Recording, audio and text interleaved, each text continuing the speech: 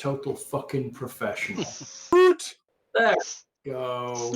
I see Vecna muted, and don't forget about Craig? What about Craig was that? Fucking Craig. I always forget about him. Welcome. Happy listener to Iron Gods session 15. They have survived for 15 sessions. This is the beginning of the book, The Lords of Rust. Here it is. Ooh. Look at the cover. It has a big orc with a awesome thing on it. Look at that.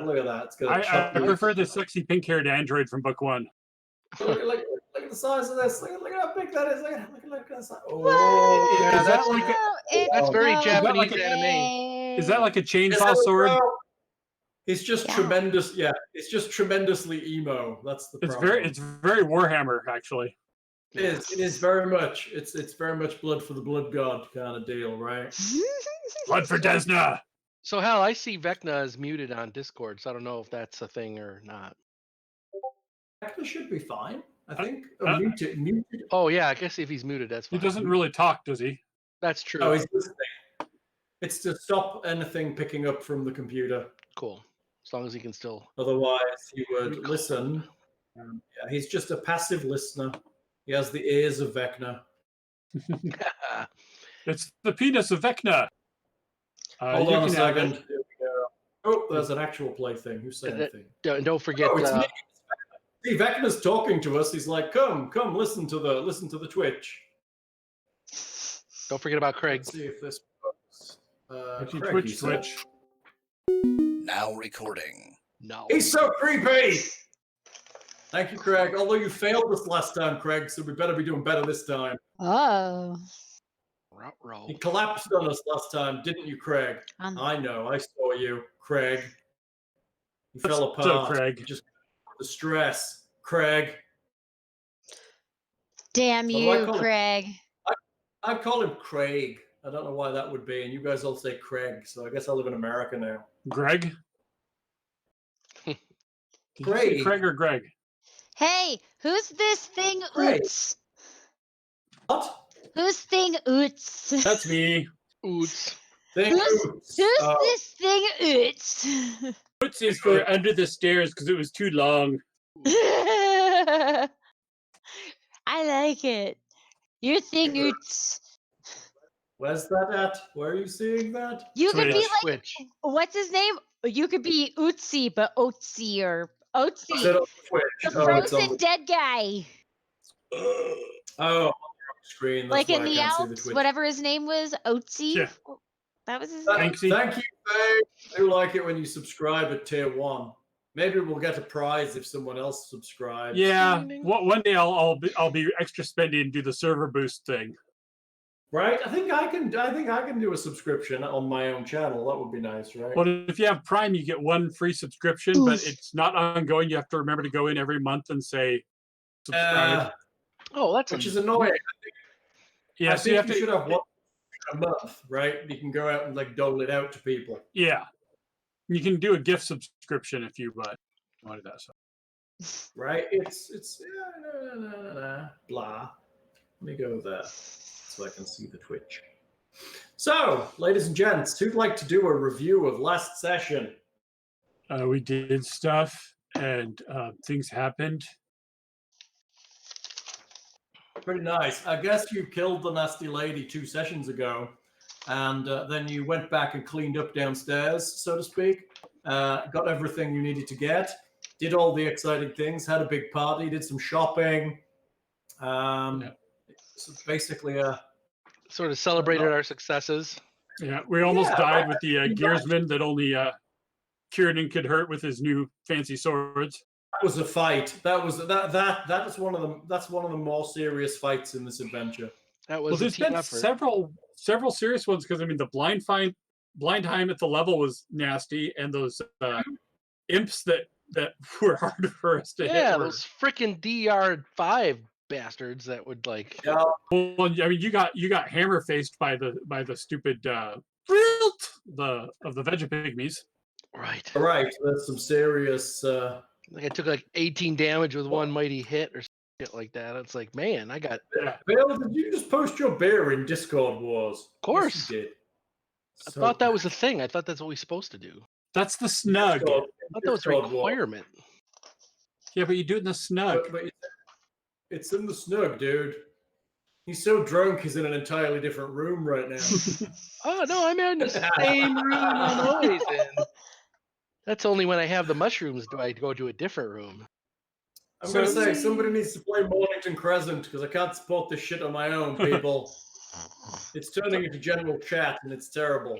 So I'm wondering, since we're going to be in town for a day or two, if I should just be, like switching all my spells from combat focus to, a bunch of make holes and Everybody wants to make holes. blindness, deafness, in case somebody pisses me off in town, or Hang on, let me drag you back to town. Hold on. Where's town? Town is that. Oh, god damn it. This is going to be fun when we start getting more maps in here. I should probably keep major armor up because, the technically could be anywhere. Anywhere. Right. I just assume most mages have major armor up most of the time. But I can only maintain it for 4 hours a day. Which Well, for for some the things moment, is when pretty you get to it good. late, then you'll be happier. So I'm going to assume everybody heals up. So if you are not healed up, you might want to do so. Wait, you need to roll your hit points. Oh, I didn't roll hit points either. No, Buligup's the only person who did, and he's now up to 36. Ooh. I did too. I'm up to 31. Yeah, Buligup is buff. He's Buffy Gup. Don't be a little girly frog. That is the name of this episode, Buffy Gup. Buffy The Slayer. What is wizard these days? D6? Once every generation, only one. Buffy Gup? And they is French. Buffy Gup. Okay. What are you doing? Which you need to roll me I want to say a D8. Correct. And then add your con to it, Yes, right? And then add your constitution. I just took the average. bonus. That's what I've been doing. That's also fair. How? I get 1 hit point plus my con. Reroll the one. I'll give you a reroll on ones. I'll give you a reroll on your first one. There you go. Okay, 3. So That's better. Wait, and I Any con? What do I need to roll? I do have a con bonus, so that'll be 8-sided dice. A what? 1 1d8. D8. 1 8-sided dice. So you're going to put forward Whoa, slash bonus. She got an 8. R. You can just do it that way through the console on the side. That's an 8. That's a good beginning. And then you add your con. What's your con bonus? She's on. I thought she had let's pretty see. decent con. Well, she doesn't use her charisma for that? Sadly not. Her 2? con is +2, so she has 10 hit points, so she's at 32. Brilliant. And I go up to 23. Pretty nice. I am slightly tougher than the tiger. Well, slightly more hit points. Yeah, you guys are going to leave the tiger behind pretty well because he only gets 4.5 hit points a level. Well, once I awaken him, he can take a class or something, right? I guess technically he could take barbarian and get D12s, right? Yeah. No, I think if he goes monk, man. Yeah. If he goes monk and goes grapple, he can do the rake, right? So he's got It would be like sick kung fu. It's like literal Tai Lee. tiger. Yeah, he'd be Tai Lee with Ian McShane's voice. Flurry blows with Battle will be legend. flurry blows with the armor bonus, yeah.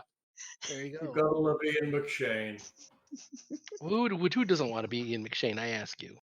Ian McShane, but that's about it. And that's even doubtable. Exactly. I mean, really, it's Morgan Freeman, James Earl Jones, and Ian McShane are the sexiest voices in Hollywood. Tell me. Sean Connery.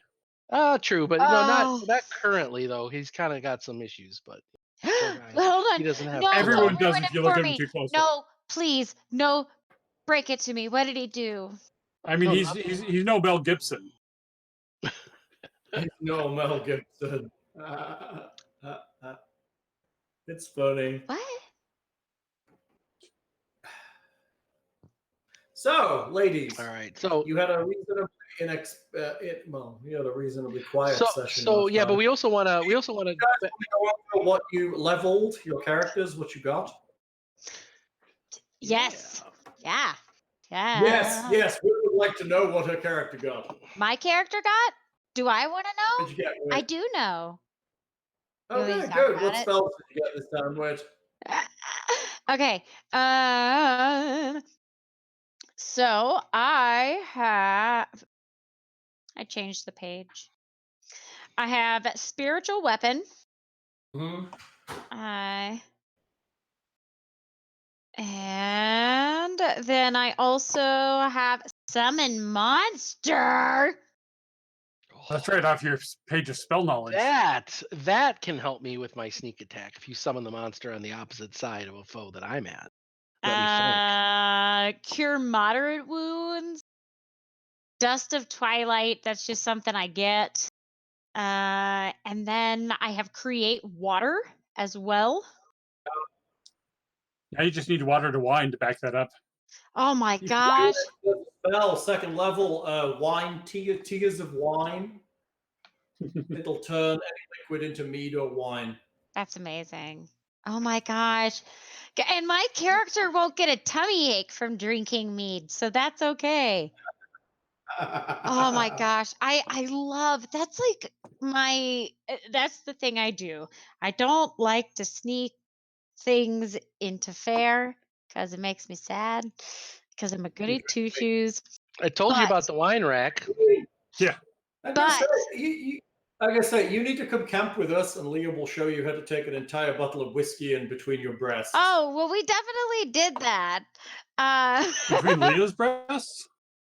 Yes. Just wherever it'll go, because they're not gonna. It's not like they're gonna go. Excuse me, ma'am. You're gonna have Is it to a- pull your titties out so we can make sure there's nothing in Flask? there. Is there a flask or a fifth? I mean, size is kind of an important factor here. I mean, Hers was like a little plastic one, wasn't it? Oh, no, we had those last time because they're super easy. Yeah. You slide those in your boot. Yeah. She just right inside. Mm-hmm. It's funny. And then we also hang out with a bunch of old ladies who never get stopped, so they can take in all kinds of shit. Well, that's because we're not the kind of people that sneak that stuff in so that we can get rowdy. We're the kind of people that do that because we're broke and we don't want to buy drinks Ridiculous. inside. it's like the comedian. It's like the comedian Doug Stanhope. He's like, why hasn't people started talking about when alcohol is the hero? Like, Yeah. you know, you drink so that you don't choke out the bitch that's annoying you next to you, right? It's just what about all the lives alcohol has saved, right? Oh terrible. my goodness. It's so true though. You have to So, admit. I mean, there's like a but- whole wino So mommy Tatia- culture. So Tatia's character, Tatia has developed an alcohol problem as part of her net level up, apparently. So Yeah, That's apparently. very oracle of me. So it's the sacrament, Gope.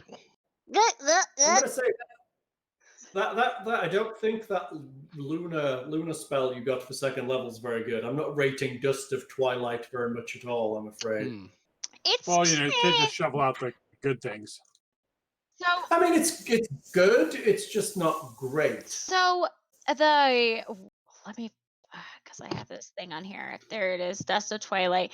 So a shower of iridescent black particles clings to and extinguishes torches, lanterns, sunrods, and similar mundane light sources and dispels any spell of second level or lower with the light descriptor. That's Creatures in the amazing. area must make a fortitude save or become fatigued. You just It's like that because amazing you for hide well in God. the shadows. That's amazing. If that's for me, I wish I would. It's good for, honestly, as a start of a combat, it's not terrible. If you were ambushing, it would be great. But as a kind of data, honestly, as an oracle, she could cast it if she needed to, which isn't actually that terrible. Well, and she's the only one that So, needs light in the that party. ambush where you put out all the lights and made everybody feel tired, and then Bill ran in and was all like invisible and shit, that wouldn't be terrible. No. Yeah, I have Stabby, racial stabby, stabby. abilities on that. Yeah, exactly.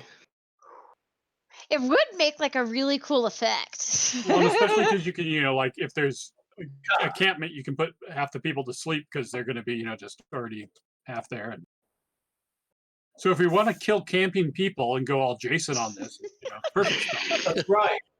This is Camp War Uh, Lake. Can I change my short swords to machetes? No, I'm kidding. Yeah. War Lake. I So we're still, gonna detour by Dead Camper Lake, and That's right. Dead Camper Lake. Super terrible people. What is this debilitating? Did you pick up a debilitating injury? Yes. So I added myself Bill. some hit points. I took debilitating injury. For those who are not familiar with it, it does all sorts of shiny. Whenever I do sneak attack damage on a target, I can do things that give them additional penalties. I can bewilder them, where they take penalties of their AC and attacks. I can disorient them so that they have penalties to their attack rolls. I can hamper them so their movement rate is hindered and they can't take 5-foot steps, which can be pretty helpful, especially if you want to contain them. So it's basically like a crowd control, a little bit of extra buff on top of the sneak. Pretty So cool. Fourth level's not really that amazing for people, except for spellcasters who get to their level. Well, except for secondary casters who get to their second level. yeah, spells. the other thing that kind of was big for me too was I being Oh, the skill. what ability bonus did you take? Yeah, I was just going to say that actually. I buffed my intelligence, so now that I got an additional modifier, even more skill monkey now. Nice. I believe Tatia buffed her charisma, so now you're all at her mercy. and her charisma of 20. We already were. Ooh, at her she's mercy. almost as charismatic as I am smart. my charisma of 20. Yeah, I got the dex of 20. So with the Everybody's just like, look at my 20s and 21, and Buligup's over here going, I'm a balanced character. wait, Hal, were you the one that had? You were the one that was wearing the shirt with the two 20s on your chest that says yes, they're natural. That's amazing. You got that with the 220s. I want that shirt. Because it's hilarious. I love it. So yeah, I was Pretty able to. I was able to. Since I'm a jack of all trades, my stats are actually, except for my dex, all my stats are 12. I think. So I pretty much tried to smooth myself out so that I'm part of the face of the group, but also, bluff and some knowledge skills. I'm the planar expert of the group, having traveled to a few. So use magic device, a lot of good things. So Cool. Okay, thing. Ah, yes. Well, becoming What'd you a get? mighty 4th level wizard, I get 2 new spells. I increased my intelligence to 21 because I have to maintain that I am smarter than the rest of the party. I bought a bunch of spells in the past piece because I had money for scrolls, but for leveling up, I added glitter dust because we had such fun with invisible opponents previously, and rope. Well, that way you're never going to see another one. Exactly, but it can also blind people, and I took rope trick, so I have a safe place to go memorize my spells for the 2 hours I need, and it'll last 4 hours. So that's perfect for my camping needs if we venture overland. What did you take? Rope trick? Yeah, Cool. It's a great What is spell. basically, I take a Oh. rope, throw it up in the air, and I can climb up the rope and have an invisible extra dimensional space up there to get into, and other people could come in too. all of us, yeah. So it's a way to camp at night without having to be Yeah, so then I can pull up the all rope. the shit and- Hal's gonna roll. Yeah, It's like, what the fuck? So basically, he takes a rope and he casts a spell on it, and it goes straight up in the air and stays there. And then you all climb up the rope, and at the top of the rope, there's this magic invisible space that you can all kind of sleep in the air. And you can pull up the rope after you and just sleep in this like hollow space in the sky. so an extra Now, dimension that If you were if you weren't a android and there was some high as fuck mushroom eating wizard telling you this, yeah, dude, it's like you throw this rope up and like you climb it, you go into the space. And, like, Well, I might not be telling you guys this. It's just the first time you guys make camp in the wilderness, I might throw a rope and climb up there without telling you guys and just pull up the rope. Vanish. There is this kids television show called The Amazing World of Gumball. yes. Yeah. And this show is brilliant. brilliant. I love it. Brilliant from an acid and LSD tab hitting the writers. So sweet though, and like there's good family values, and like I my love God. watching it with my son. But it's ridiculous, and that's what I love about it is that it just is absolutely zany. But they have this episode where the I think he's the counselor at school. He's the guy that looks like the Cloud. He's the 70s guy. And he loses his 70s van. And it's because it gets sucked into another dimension. And they find out there's like a crack down the street where time is folded in on itself. And they didn't realize that like a girl had been missing from school for a whole year. And it ate the guy's bus, Alice. Do y'all not remember? Oh my God. Yeah, so like I said, acid and LSD tab hitting. But this is She what probably it makes thinks she probably thinks South Park is a treatise on societal norms or something too. Pretty funny. I love South Park. Just so you know, like I remember when South Park came out when I was a kid. I remember the Santa Claus versus Jesus fight. I remember when it came out when I was not a kid. Not that old thing. Yay, The one- Santa! I mean, yay, Jesus! Yeah.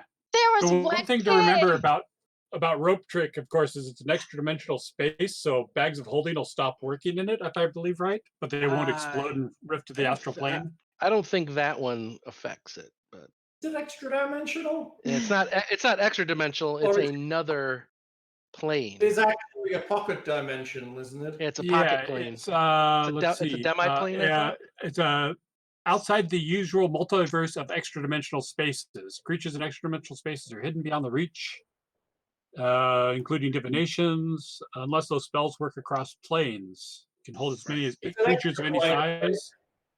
I'm not going to make you leave your Yeah, bags it's a outside. demi-plane. Well, when you do that with the bags, they don't like rupture or anything. You just can't retrieve anything out of it.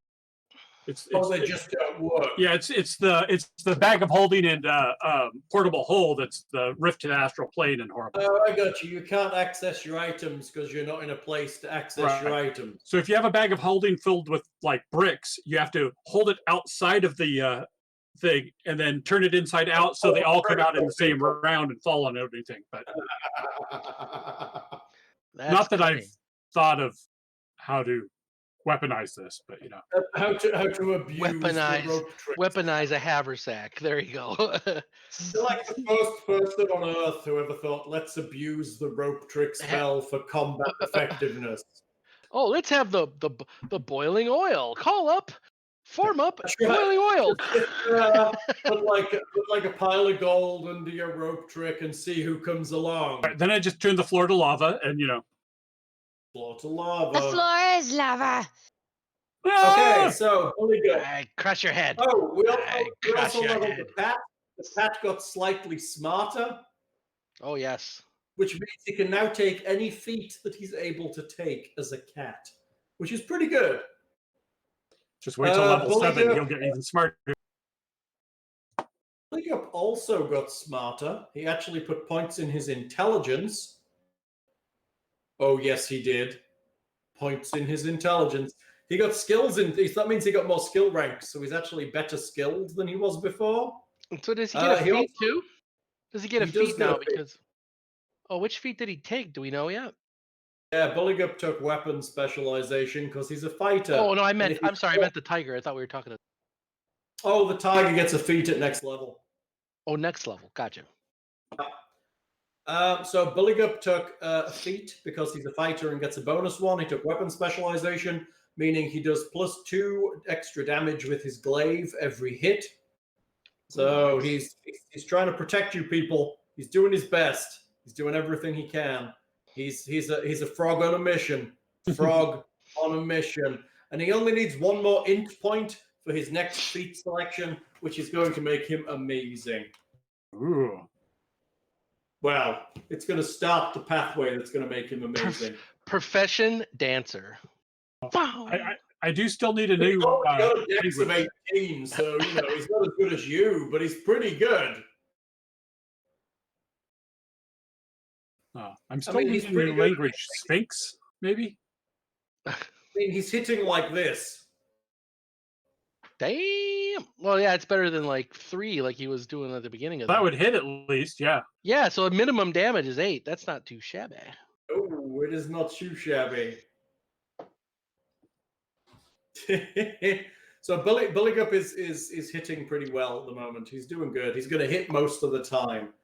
I think he's above average for 4th level characters at this point. You know, so since he's so small, can I just strap him to my shield? That would totally be awesome. Sure, except for he stabbed you in the face with his medium-sized glaive. He'll be like a master blaster kind of thing. I'll just create a Hilarious thing C3PO about- papoose sack. He's like 2'1", and he's carrying this 10-foot glaive on his shoulder. It's not the size of the glaive; it's what you do.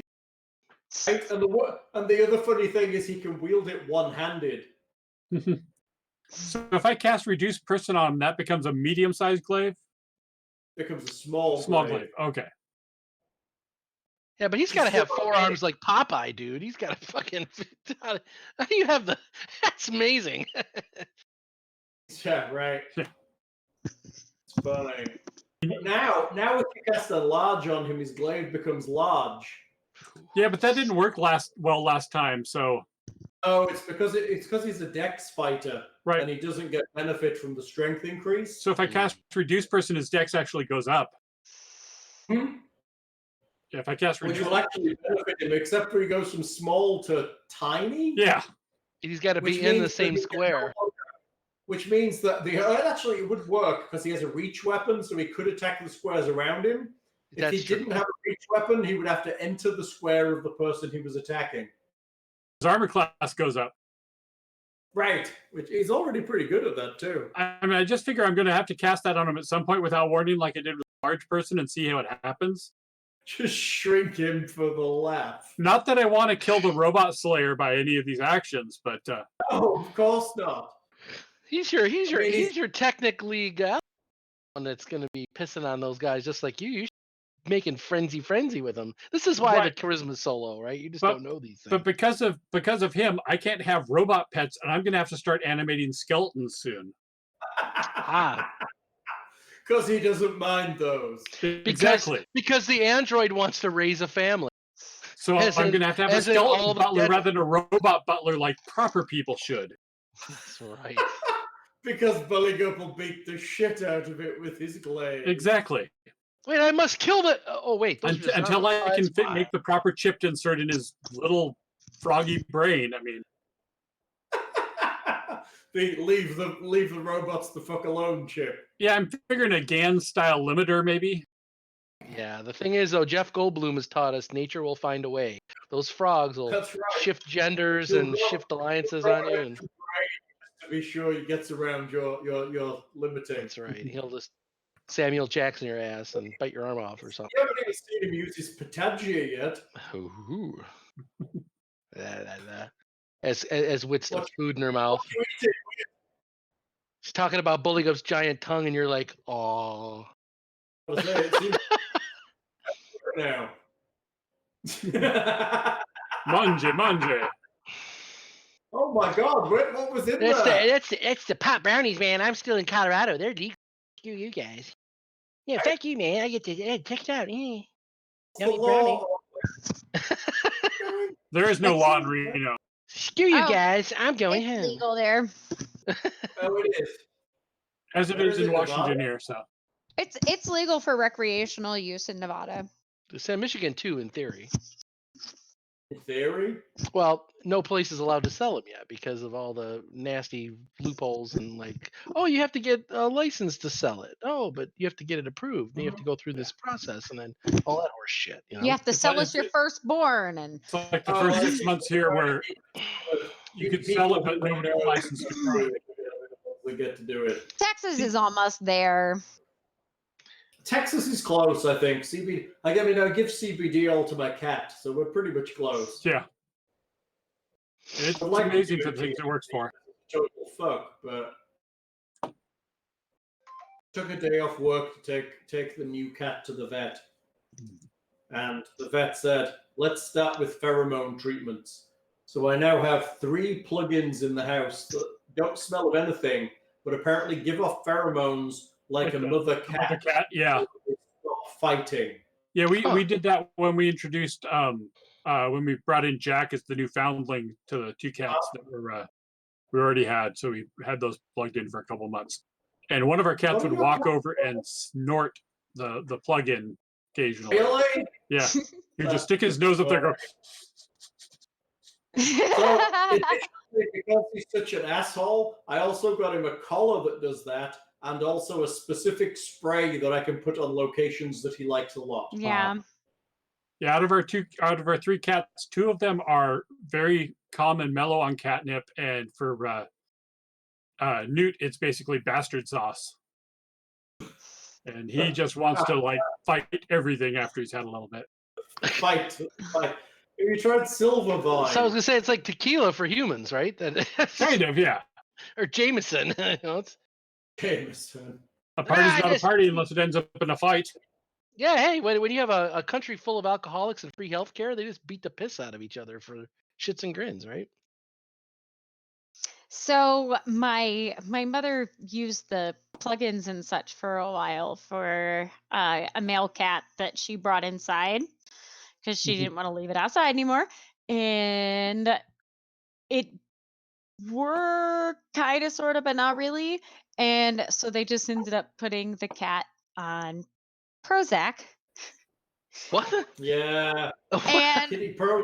yeah, Cats are super they susceptible to it. so they put the cat on Prozac and he stopped spraying. He's just like, all right, whatever. I guess I don't care. I love Cool. you guys. You guys are awesome. That's the next step for Jude. So if the pheromones don't work with him, then it'll be Kitty Prozac. Yeah, we need to get that Well, for hopefully the Ditto pheromones will before he like tries to bite another child. Bites a Fighting child. a child, that is a bad He's thing. never successfully bitten a child, but the thing is that I say I successfully. have confidence in him. He has tried. Don't. You shouldn't. I feel he's just missing his opportunity, but he's waiting for the right moment. For those of you at RPG Patreon, we can take bets on whether the dog will bite a child or not.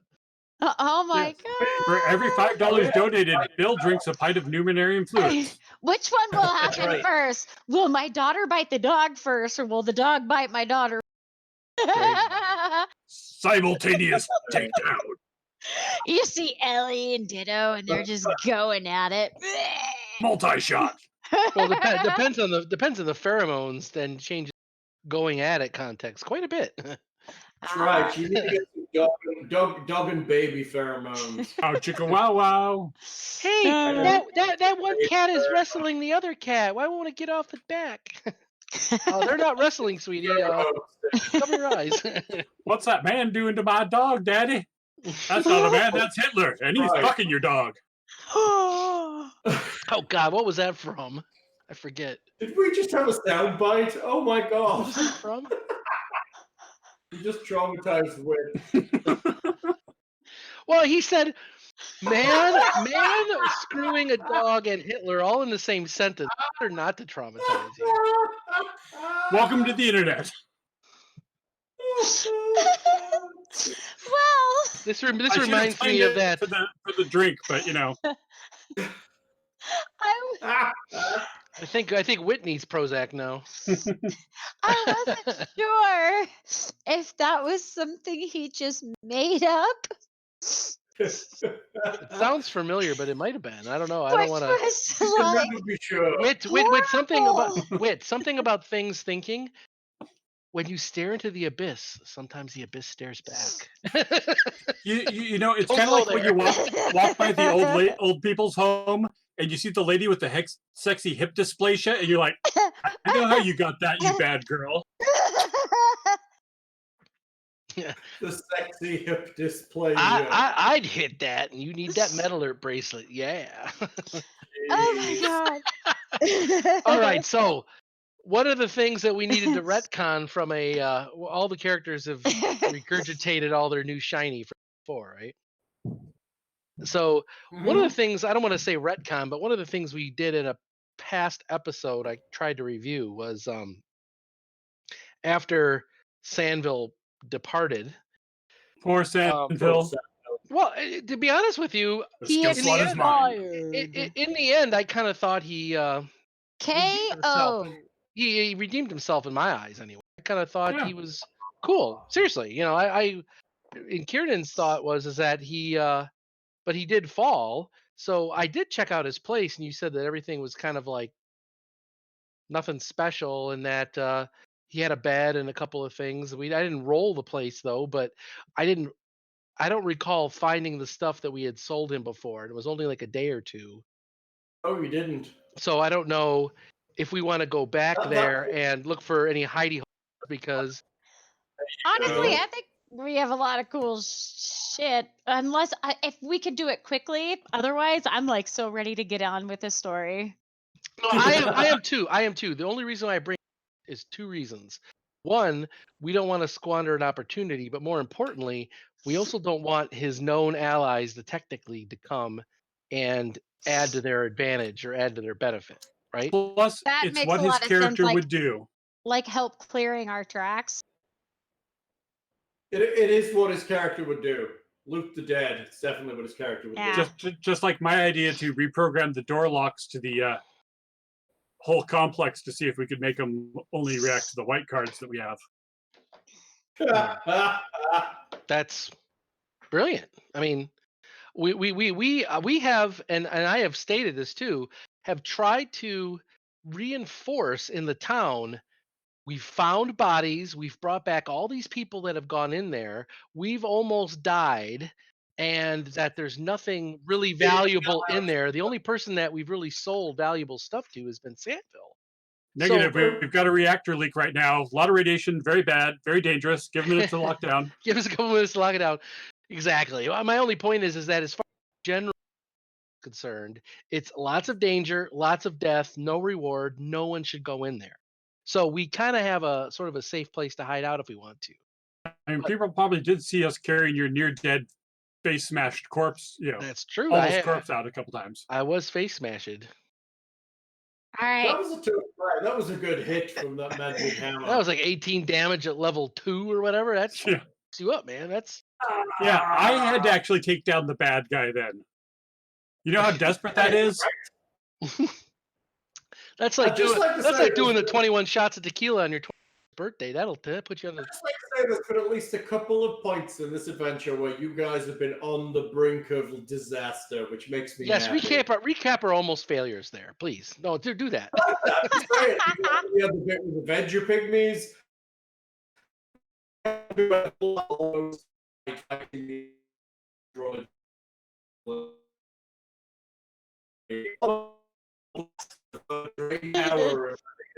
Most of you. Was I the only one all of his? No, I heard none of that. Yeah, he went all tinny and Yeah. Yeah. Okay. So Glad it I wasn't was- just me. It's because I'm comfortable and far from my That- microphone. Hold on. It sounded more like network lag, but it's that goddamn Texas thing. Apparently, your internet provider's like, those fuckers are about moved out. We'll just cut their bandwidth. get him less comfortable. Oh, Leah, yeah. bring the attention spike. God, that was so funny, and you had to be there. All right, so tell us how we've almost got effed up. There were the veggie pygmies that planted you in the face, and once you went down, it was only a matter of time. Well, it was an And then there 18. was the- It was an 18 hit point critical hit with a warhammer at Just level like I said, 2. If the android lady had actually blasted you again with another negative energy surge, Oh yeah.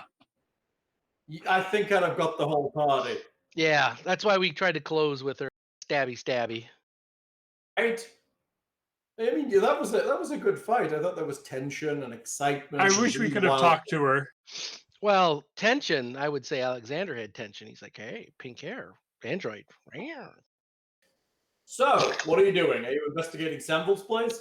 Yes, because I want to make sure that no one else has been going there either as opportunistic or technically folk. Plus, Red blinking light on his desk, you know. Plus, we're trying to kind of assume control somewhat of his business, right? Are you? Well, I think it's a reasonable front and a occupation. I mean, you can't work this adventuring life forever. It eventually catches up to you, right? I'm only what you're I'm only 130 years old. It's like you get old after a while, right? Hang on. What you're saying is you're going to try and subsume Sandal's shop and house. Well, let's just say I'm going to see if the good people of Torch see fit to transfer the license to us, so that we may take up his current clients, so that they don't feel disenfranchised. Are you forging up the will that's part of the adventuring contract he signed when he went down with us and all that? No, I no. always think with Numenaria that is it Numenaria or Numeria? Oh, fucking Monty Cook pisses me I know. Numeria is the land we're in. Yeah. Numeria, right? Yes. Numenaria is fucking Monty Cook, right? Numenera. Numenera. There's no ear. Yeah, that shit's just too close to this. I'm Exactly.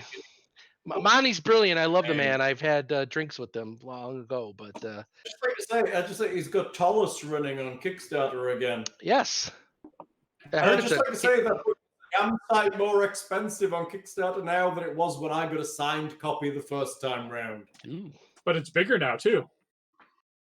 Of course it is. There's more fluff in it, right? Oh yeah. Well, I signed up for the PDFs because you can get like everything reasonably cheap. They're all amazing writers, though. Really, I have the Numenera stuff. I have the Numenera 2 stuff. The Strange stuff. It's all amazing writing.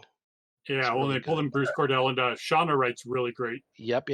Fiction and just character stuff. Oh, by the way, I don't know why Shauna sent me 2 copies, but as part of my Kickstarter, I got her novel.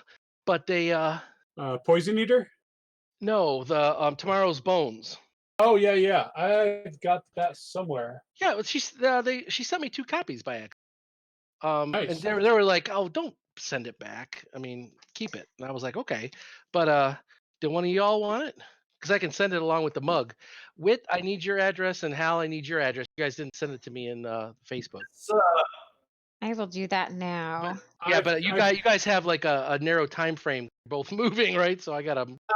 We're in a month or so at least. Sure. Yeah, well, and We're preparing the space for sale. I'm pretty sure I got that book, but I do have this one too.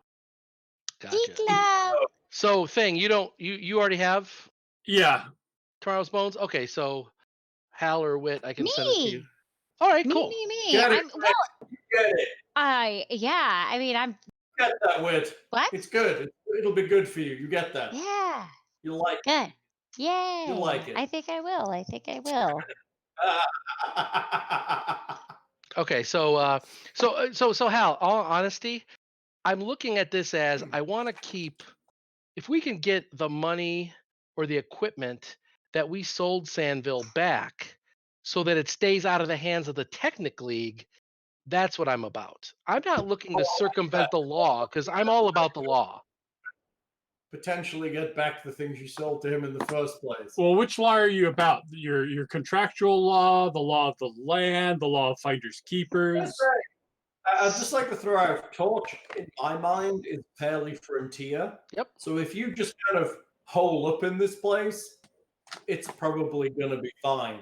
Well, especially when half the town was abandoned when the torch went out, True, but I also don't want to be like here and just set up shop. No one's going to give a shit. Okay, so I would like to do that, but I also want to think of this as a potential opportunity to continue his business. In all honesty, as a money making, as a retirement long term, but ultimately we're trying to keep this stuff out of the hands of the Technic League. My thinking is, and I don't think I would share this with Alexander right away, is I would like to foster contacts and communications with the Technic League, not because I'm interested in joining, but because I'm interested in you keep your friends close and your enemies closer. there's no future in Torch. In another 1,000 years or less, probably that reactor is going to go boom. Yeah, but I plan on as one of my last stacks before departing this world, going down and actually entering in the codes to disable the, basically set the reactor to rights so that it isn't in overload mode. The torch would go out, but hopefully they can have found a alternative to their economy by then. But that's long from now.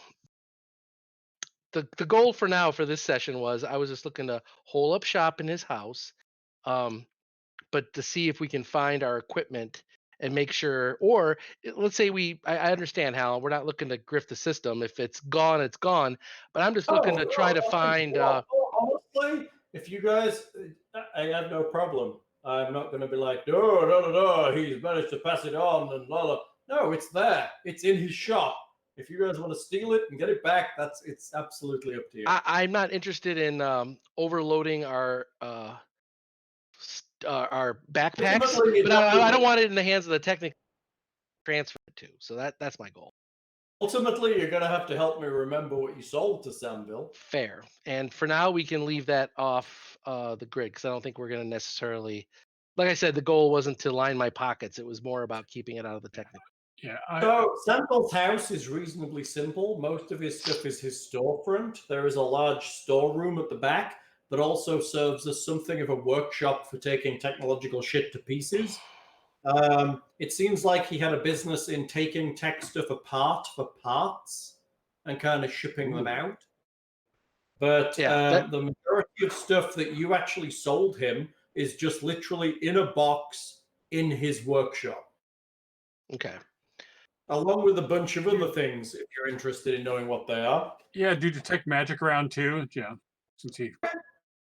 You find one biofilter. Are you writing this down thing? Just out of curiosity. Sure. Thanks. That's in addition to the stuff that you also have. Is that time worn or? Yes, it's a time-worn biofilter. Assume everything is time-worn unless I otherwise say so. You find a pair. House. You find a pair of cybernetic eyes. Ooh. Hey, how good are you at that surgery? I could use some of that. Okay. Hey, if they're dark vision eyes, we can. I'm willing to give it a shot, although I think we need a lab. Or no, I don't need a lab to install it, but I do need the feed or something. That's next. Cybernetic requires a feat, yes. So a cybernetic eye can be enhanced by cyber art at no additional cost, giving it an unusual color or pattern. When a pair of eyes is installed, the user gets a +2 circumstance bonus on perception checks and a +4 resistance bonus to saving throws against blindness and visual effects. The bonus on perception, blah, blah, blah, circumstance, a pair of cybernetic eyes can be further enhanced by 1 VMod at the price, which we have. At the price of twice the brown VMod chip. Price. So you have to buy VMod chips specifically for cyber eyes. Oh, okay. I thought we had some VMod chips. A VMod goggle that takes 1 crystal. Gotcha. You need to get the ones that are twice the price for each eye. But you could technically enhance your cyber eyes to have true sight, which is pretty amazing. Ooh, nice. So how does Time Worn work with implanted cyber tech? That's a good question. Recharge, although most of that stuff doesn't take charges. No, it doesn't. They don't take use your eyes for a month. You have to roll for a mishap. If you don't, yeah. I guess with cyber every tech, morning when you sleep for 12 hours, you got to wake up. I think with cyber tech, it's not so important in the sense that while it's time worn, assuming you can install it, I would suggest the roll happens when it first activates, as in it's installed, and then that's when the roll occurs. Okay. Fair. When it comes online for the first time after 1,000 years. But it has a connection to a rogue AI, so it's a lot like the parts of Vecna, but it's the eyes of the cyber god, or it's the Oculus for Oculus of Vecna. Iron gods. It's the Oculus of Vecna. Hang on, there's one more thing in here. Oh yes. There's also a gravity clip here. That would go good for Buligup's wave, if I recall right. A gravity clip is a small disc-shaped device that can be attached to any melee weapon. Once mounted, the clip modulates the weapon's mass on the moment of impact via the manipulation of gravity fields around the weapon. Each successful hit gains a target. Against the target, consumes a charge from the gravity clip and causes the damage from the hit to resolve as if the weapon were one size category larger. Ooh. That's really nice. So that works on Buligup any take weapon that pretty much. Wave. It's only really an extra die 2, if you think about it, right? Yeah, Like, I mean, I guess you could do that on your short sword either too, right? Exactly, exactly. But then Thing casts enlarge on him, and his large glaive then becomes a huge glaive. Right. And wedges in the ceiling promptly. So instead of so it would go from a die 10 to a 2 die 6, and then from there, if you cast that gravity clip on there, it would be a die 20 for damage, right? Some crazy shit going on. But it's The gravity clip is good. But it burns one charge for each swing of the weapon or whatever, or a round. Yes, it's going to take charges. Plus, it's also time worn. So. But if we put it as an enema inside Nicodemus, then all of his claws would do that, right? I mean, just asking for a friend. Gravity claws. I mean, there's nothing that says it has to I be don't know if attached Whit was to- even listening to that. No, I heard it. Okay. There's So nothing that says it has to be attached to a manufactured That's weapon. why Oh, you put it on your gauntlets when you're a mug, Oh, So let me make sure I heard this right. A gravity clip is a small disc that will attach to a weapon to give so that the weapon will produce damage as if it was one size larger than it is. Right. So instead of a die 6, it would do a die 8. Instead of a die 8, it would do a die 10. So a star knife. Ooh, actually, that magical returning star knife, instead of a die 4, it could do a die 6. Hit. Yeah, you'd come burn back. through a lot of Charges. batteries doing it, but yeah. Yeah. Would burn through a lot of batteries. Why Okay. would you burn through batteries? What do you mean by that? Each hit. Every time it hits and does the damage, it burns a charge. So 10 charges, and you need to slot a new battery to. Yeah. And these batteries can't be recharged like in the sun or something, like Wally. And do we have So- charges for this? Yes, we got lots of batteries. I have quite a bit, but they're used for my electric hacking picks and stuff. You're just saying that like it would be inconvenient if in the middle of battle it's like, oh, no more charges. No, then it just does die 4 instead of die 6. I'm just saying it does extra damage for a weapon, but it uses a charge to do it. So it's not a bad thing. It's just that what weapon would we want to use it on? Yeah, and I mean you can turn it off if you don't want to be spending batteries. You don't have to keep using it. Right. I already do multiple attacks, so I can forego this kind of thing. It might make sense for if Tatia is going to use her star knife more, it might make sense for that. Or like Hal was saying, Buligup. I mean, it make him sick. He'd be like, It would be like he was using a large glaive all the time. it would be like he's freaking all anime and shit. I just think it would be really funny if Buligup had it. Well, It doesn't actually change the size of his glaive. It just means when it hits with a big surprising smash. and it's probably a little better than on a thrown weapon because you're likely to end up throwing one and then have to switch to other ones, so it wouldn't be on the ones you're. Although you do swing it a lot without throwing it. But she got a magic one though, right? Didn't she get a magic one that returns now? I thought no. Yeah, I think the Okay. returning was too expensive currently, if I remember right. You're right. really expensive. Yeah, because or at least I had my calculations on that you had to have +1 and then add returning on top of Yeah. that. Now the next level, I get 2 feats, and at least one of them is going to be a craft feat. So if I get craft magic weapon, I can start working on that kind of thing. Yeah, So wondrous item is always a solid choice. Yeah, It'll increase Buligup to 2d6 if he uses it. Right, but then That's- if he's enlarged, it goes from 2d6 to 1d20, right? So 2d6 to 2d8. oh, you're right. yeah. Still, that's not too shabby. That sounds. 3d6, then 3d8, 4d6, 4d8. I mean, he and Tatia are frontline tanky people. So And I'm frontline people that aren't tanky. and I'm backline. Okay, lob a tactical spell and prepare to run, people. I'd just like to say it's a good job your GM designs characters that are effective, unlike some GMs. Thank you. Yes, GMs like to generate victims, not characters. Right? I don't know. I'm never for that. But, Hey, I'm quite effective with technology. You are. Honestly, I looked at this group when we first started and I was like, this is going to be a fucking disaster. But it actually seems to be working quite well. We are a very odd mix, but it does seem to have. I thought that about the Skull and Shackles group as well. They have a very strange mix of characters and they're doing okay. Although they're at a point right now where they might TPK at any moment. Oh, we faced that through this whole first book, so. No, Yes. so you know the equivalent of that final fight where you fought the android and it was really quite tough? Robot. You fought the android. The android. Oh, the lady. android lady. Yes, sorry. Oh, okay. Yeah. But she was like your final fight, right? No, we So- had the guardian robot that kicked our ass more than she did. I thought we Yeah, handled her it was pretty not- well. Yeah, but her channels were horrible because they were hitting every member of the party. And Yeah.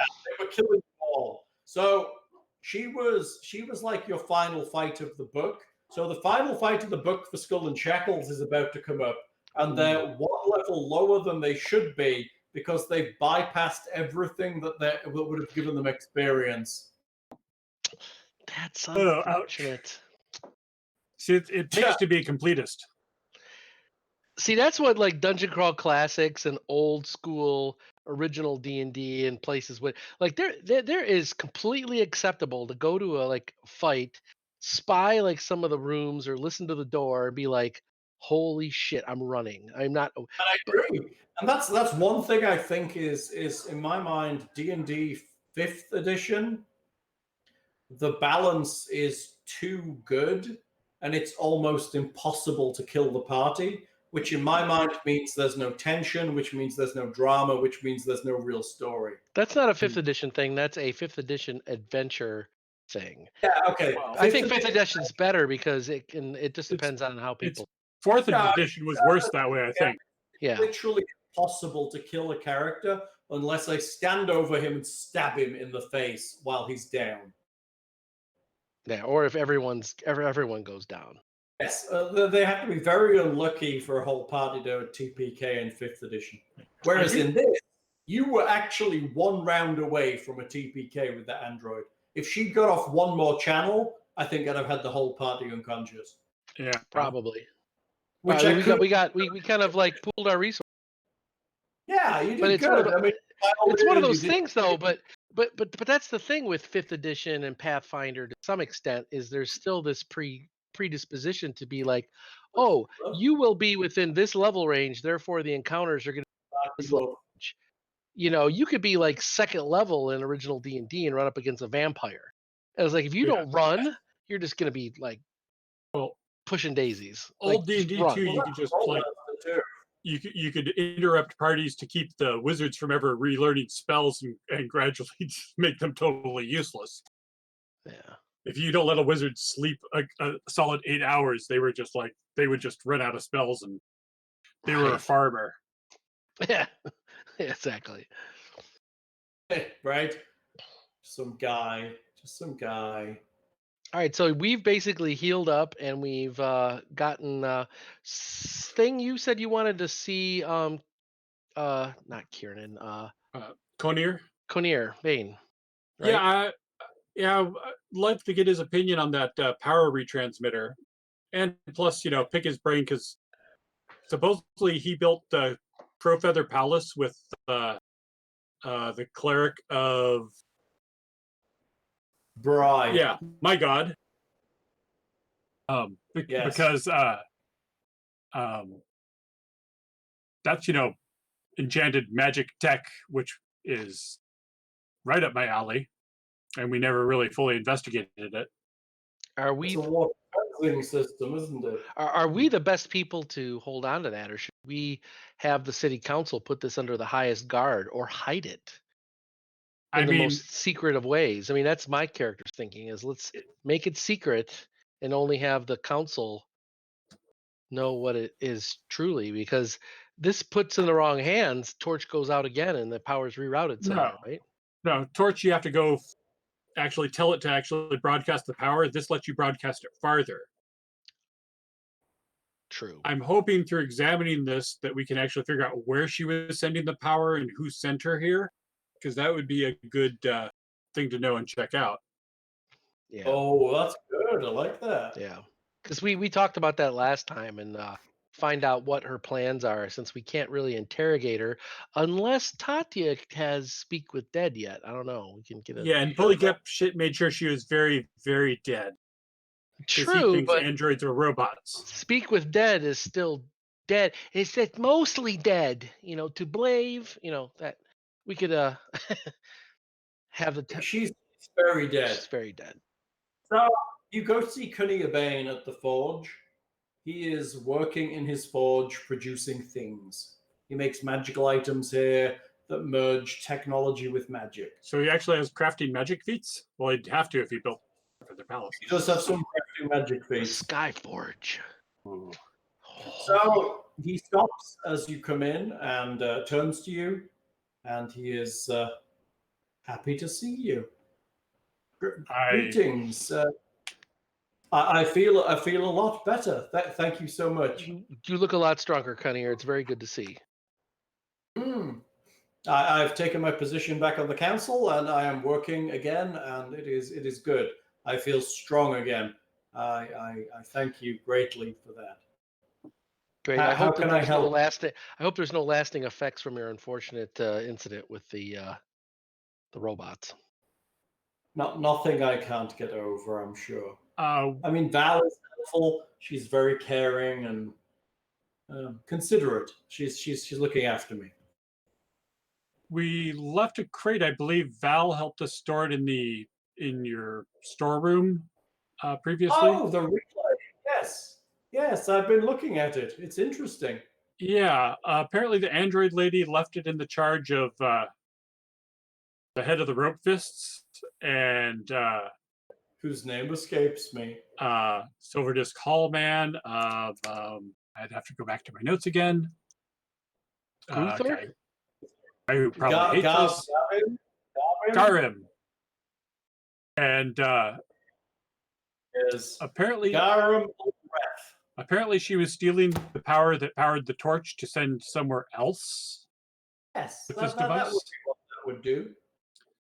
I took a quick look when we shut it off, but I couldn't tell where she was sending it. I thought you might know more. Sanville would have been better than I at determining this, but I don't think it would be difficult. I have started the process. I think it is sending power somewhere to the northwest. Ah. Excellent. Hmm. Do you know what's northwest of here?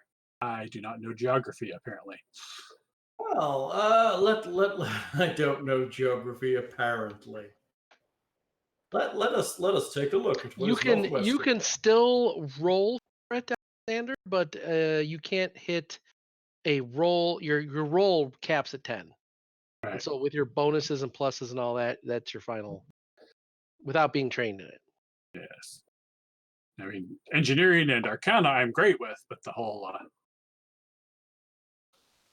But you may have heard things or seen maps, and yeah. your eidetic memory would have pulled something up. But if Sandville knows the area because he's grown up in this area, even better. Oh, he had known the area back when he was alive. Here, have a map of Numeria. Ooh. Not Newman area. I want that map. What the hell's that big demon thing up in the upper? Ooh. What's that spider robot? I want one of those. What's that spider robot? Scar of the spider. Ooh. Okay, there's Torch. Yeah. Torch is just slightly to the right of center. Yeah. You can see Yeah, I it. see it. Kind of a small chocolate pudding with a thing coming out the top. So it's a blamage. And so northwest would be is Silvermount. It looks more like an olive. It's like an olive shooting fire out of it. Northeast is Scrapwall. It could be like a pimple or a big breast erupting too. Ew. So Korea thinks that the signal was sent northeast of you. Oh, northeast. I thought you said northwest. I'm sorry. Okay. So over towards No. Scrapwall or My fault in the fact that I've drunk this entire bottle of wine. Already? ooh, Good wine. for you. So now we get the real good experience points now. Whoa. All kinds of things, because I've had an entire bottle of wine. I kill the farmers and level up. Do you think we could determine about how far the vector it was sending along was, or? I think this is possible. I think it'll take a second or two. If you would help me. There was a range limit, Alexander. I believe it was like 100 miles or something, right? It sounds familiar. You would know better. I'm just simply remembering what you had told us. We have a info thing on this, I believe. Got a power relay info? Because it could be those Sorry. undead ruins. It could be Snarfall. It could be Sunderhorn. Okay. Depends on the range, right? Yeah, I don't see it in the. Would it make sense for us to take this with us? Would it be like a Geiger counter where we would know when we get closer, it would go off and hum more or something? Can we rig it up to do something like that? I don't think the receiver would react to anything other than if we were sending a power.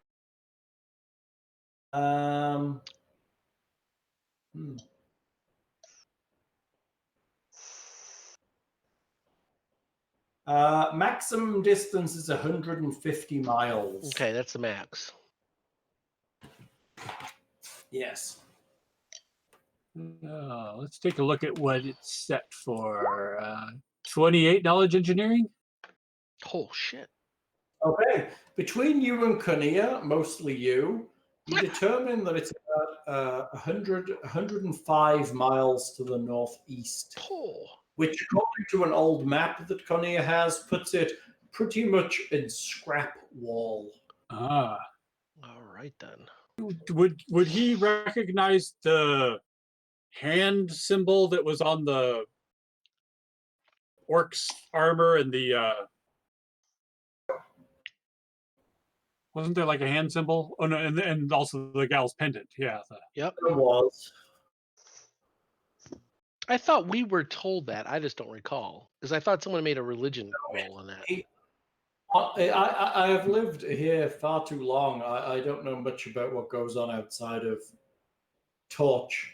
Being part of the council takes up a lot of my time. I'm not really aware of these things as I should be, perhaps. Is that a knowledge local roll then? Sandville would have known. Sandville was much more wise than I in these things. He used to travel. He used to have contacts with people like this. Is there any way you? I'm sorry. Go ahead. Go ahead. I cut you off. You go ahead. You're talking. Sorry. It's okay. Go ahead. What was it that you No. were thinking about asking him?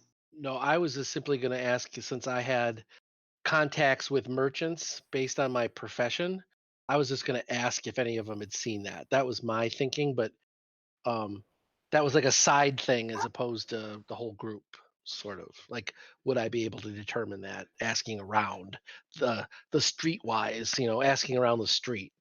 That was my thought, but Well, I assume the pink android's pendant was like a holy symbol, so maybe we should ask the clerics more about that part. Yeah, do you have knowledge religion, Tatia? I do. As an oracle, maybe you might even know. I mean, I have it, but it's shite. I have an ability point in it, but Wit does have knowledge religion, I think. I do. Yes.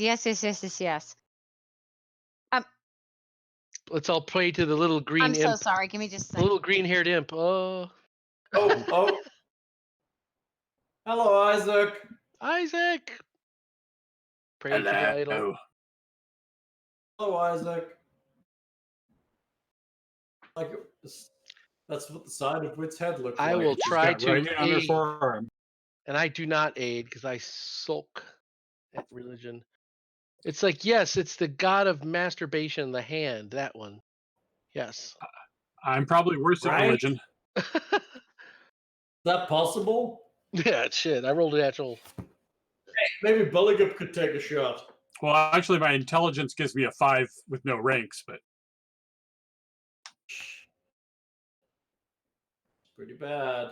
Thinking DCC, there's this ancient elder god, Bugbills, How's your boy, Whit? ancient frog god. What? All right, so yeah, I tried to aid you, and I just munged up the thing. I might even have confused you, thinking the hand symbol's the great elder god of masturbation or something. So you have to do this on your own. How's Isaac doing? He's all right. It's my dog. oh, My son went to put the harness on him so that he could take him out on a walk, and the dog bit his hand, and he's got like a really good. It didn't like super break the flesh, but it has like a really good hole, like a big dent in there from where it pinched down with his tooth. My dog's not nice. oh. Does he Yeah. has he been attacked by anything? He doesn't have distemper or anything, right? Because Not usually if that they have attitude issues, sometimes it's something got in their head. No, he is super, super, super, super, super protective of me. I don't cuddle him. He is my dog and I take care of him, but he sees me as like the savior of the world. Sure. And so he's been in here in the bedroom with me, and Isaac came in here to get him, and Isaac came in between That's it. Yeah, his okay. mommy time, and so he was like and Because I was just gonna say Isaac's not a stranger. He has your That's scent. how I saw you too. what's that? That's how I see you as well. I Weird. want to bite everyone around you too. All right, time to get a restraining order on Hal. Weird. I'm going to share my misery. I have to go to a dry wedding this weekend. I'm so Oh. sorry. Why? Does that? Everyone Amish people and hippies are the only ones that do that. What do you? Excuse me, hippies. Well, I mean, I guess hippies would. Cheap. I think it's cheap, people. No, well, my brother didn't have booze at his wedding. We were all like, should we sneak it in or should we be respectful? Yeah, doesn't that just mean there's no Wine official booze supplied? I mean, I said the wine rack. Like, why is the sister of the groom keep like pulling her boob up? I mean, wine rack. That's where you sneak that in. Oh my God. My daughter was so cute. She thought that everybody was a Disney princess because they were all in pretty dresses. Oh, that's So- cute. So she goes running out onto like the dance floor when they're announcing the party, and she's like, "Whoa!" Because she thinks she's freaking Disney World or something. But that's not inappropriate. It That's was like so, a little kid that goes out there. That is she was so made the wedding. excited. Everyone thought that was cool. Oh yeah. I mean, even if it was a dry wedding, it was still really cute. It was a good wedding. So it's not all bad, Hal. Besides, if you think it's gonna be that bad, just take your own booze. Yeah, look at the bright side. The beer in Texas is only 3% or something, right? So That's not true. but bring a couple hip flasks and you can be a hero. that's right. Oh, it's not like I don't own like a bunch of those. I have enough for every pocket per Oh I have my a case around here somewhere. Well, That's see, the thing amazing. is that you buy them whenever you go to the liquor store because it's just like going to the grocery store and they have all the snacks and candies right there. You're like, oh, it's only like $1.50 for this little double shot of I'll like, take a three. I I'll don't take know, a Three Musketeers and the some with Obama on it. off-brand cinnamon whiskey, and you're like, yeah, I'll I get just like, these I or just just like to throw in. I just like to throw in. This is the wedding of my replacement Whitney. Oh, Wait, you can replace Oh. Whitney? How is that even possible? No, it's not possible. lies. I just want you to know, I tried to come back to Houston and be like, there can only be one Highland, but it just didn't work. Instead I'm going all the way. I'm blaming Evan for all my misery right now. You can blame Evan for your But misery. you need to fill more. You need to fill more dental videos with. That's I'd have totally head backward. that's the I key. Here- watched that video and I was like, why are my eyelids so lazy? They're just like, You're right. Super She had 2 hours of sleep and half baked, right? That was it. winky. oh, it, Hey, Winky. there's still it was like take video, a right? shot every time Whitney does a winky. You just be wasted. You would totally be She wasted. either wants to get us all drunk or she's having a seizure. Not sure, but hit a drink. Everybody was like, "Have you done acting before?" And I'm like, "Are you trying to make me feel less stupid about this? Because I feel really dumb." Hey, wait. They now use it in four separate classes. Hey, where's her freaking royalty check then? That's what the hell, man? That under other duties as and when assigned. Yeah. Wait, you can just film videos of her as other duties assigned? Aw. Sure. That's what you do. What happens if replacement Whitney watches these? Or if something happens to replacement Whitney? Like it's Whitney. Lesser Whitney? I don't know. Hey, what's that red dot? He's the Whitney free trial version. No, It's like You gotta put on the unlock code to get out of the trial version. I'm sorry, but your Apple Care has expired. It's like the vanilla version. oh, this poor Would you thing. like to purchase the extended warranty? oh, I told you what the hygienist said, right? I love them. I know you did. So at the graduation after you left, Oh, they were all asking about how what you were doing and where you were and all of that stuff. And they were just like, "So what's the name of your new assistant?" And he'd been there 8 months. Yeah. it's like oh. So that's one step like, below "Oh, the that's one step below the red stapler guy. I don't have an assistant. Nice to have. I was never Hal's assistant either. You were never my assistant. Oh my god. You know what? Maybe that's something I could do when I'm in Reno is I can like do online college. Cause what else am I gonna do? Like go to the University of Sacramento? But Totally. nurse, when I go to the You should finish your college shit in something education because you're really good at it. I love it. Oh my god. Like you have it. I tell people all the time, it's like, I really love Devin enough that I left a job that I really wanted to stay at. So much I cried when I left. Oh, did you cry? You were there. You watched I me. I'm like know. getting in my car and I'm like, it's fun. I'm just like, Oh, he I'm thought that getting was in the car. he thought that was the Houston humidity doing that. Yeah. I was just happy you escaped. It's like I want to go with you. Take me with you. Marry me too. Oh my goodness.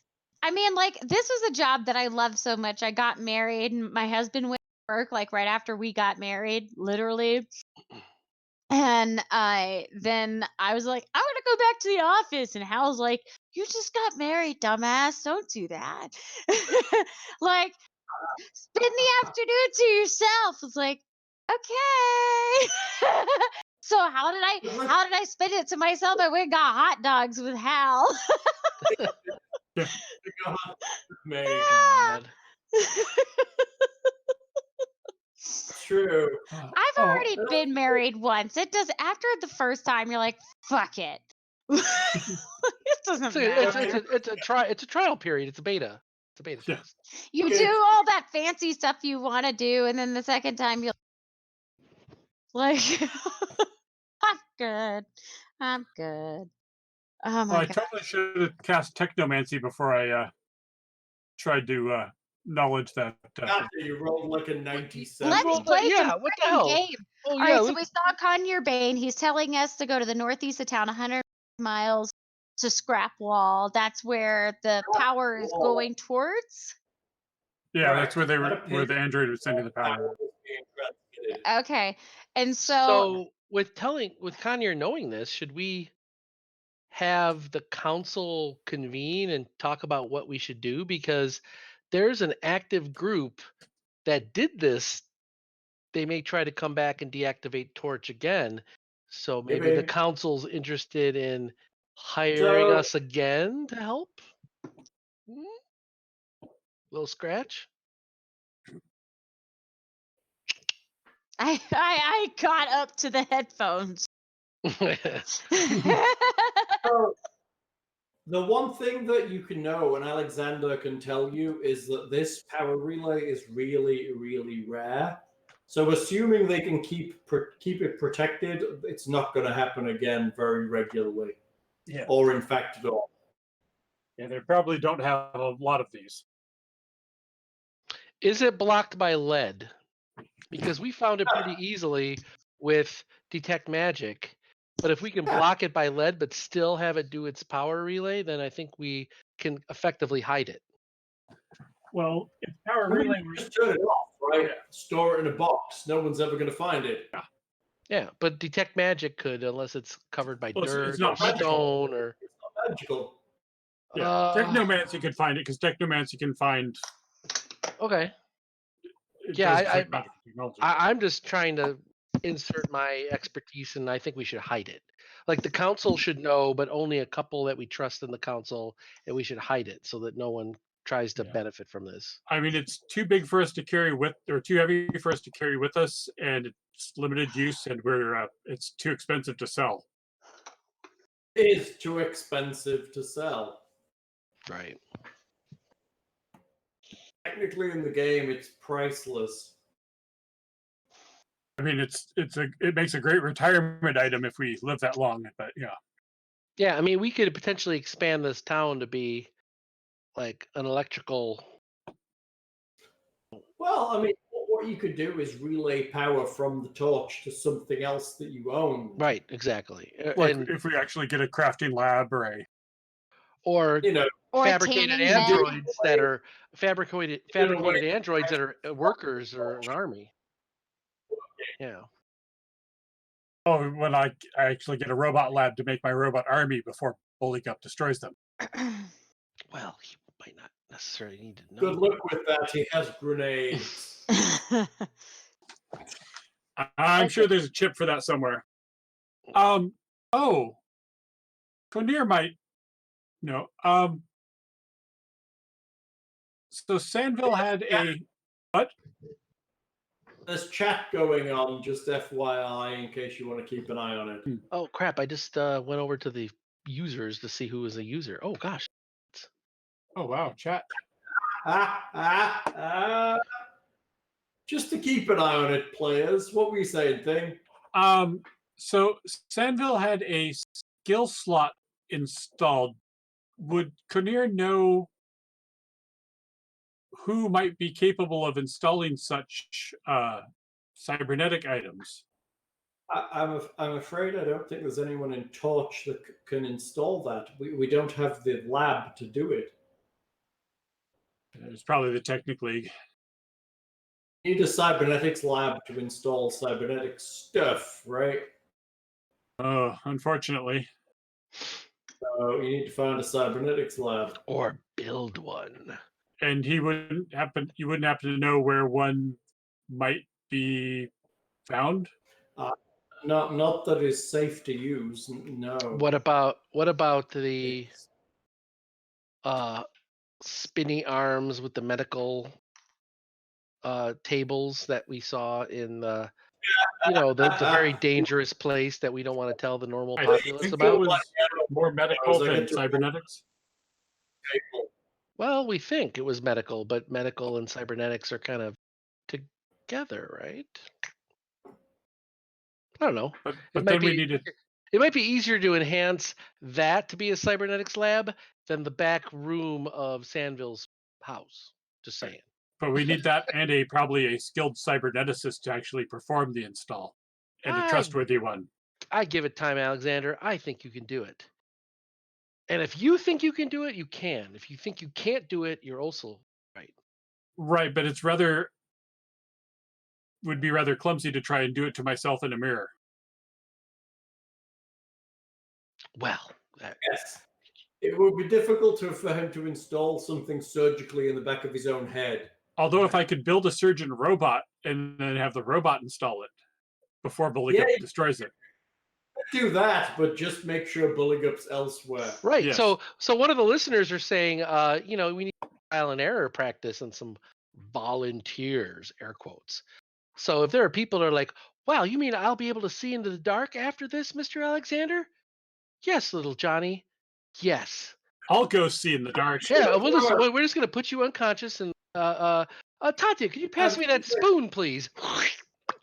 You now have a pair of cyber eyes. So, I mean, that and the skill slot, you need a cyber lab so you can install this There you stuff. go. Yes. Well, that gives me some more goals. Lawful neutrals, just like Spock, right? Just it's logical that we should remove his. So before we mount an expedition out to Scrapwall, It was a robot fabricator that was downstairs, right? yes, but it was a little damaged. Yes. It was producing the bad robots. And I think their programming was bad. I'm starting to suspect that it wasn't just time worn, that perhaps something at some point did give them bad programming, and maybe that caused all the damage long ago. We could always go. We could always go back down there off camera, and you could check the history logs. Skynet. Before we mount an expedition to Scrapwall, would you want to go to Silver Disc Hall and see if we need to clean up any loose ends there?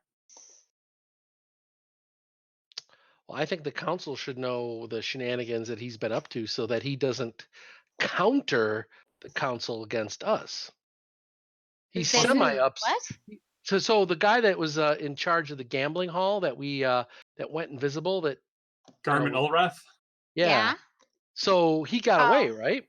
And he's Yeah. kind of a quote upstanding member of society. We don't want him going to the law and saying they attacked my men in the warehouse and blah blah blah.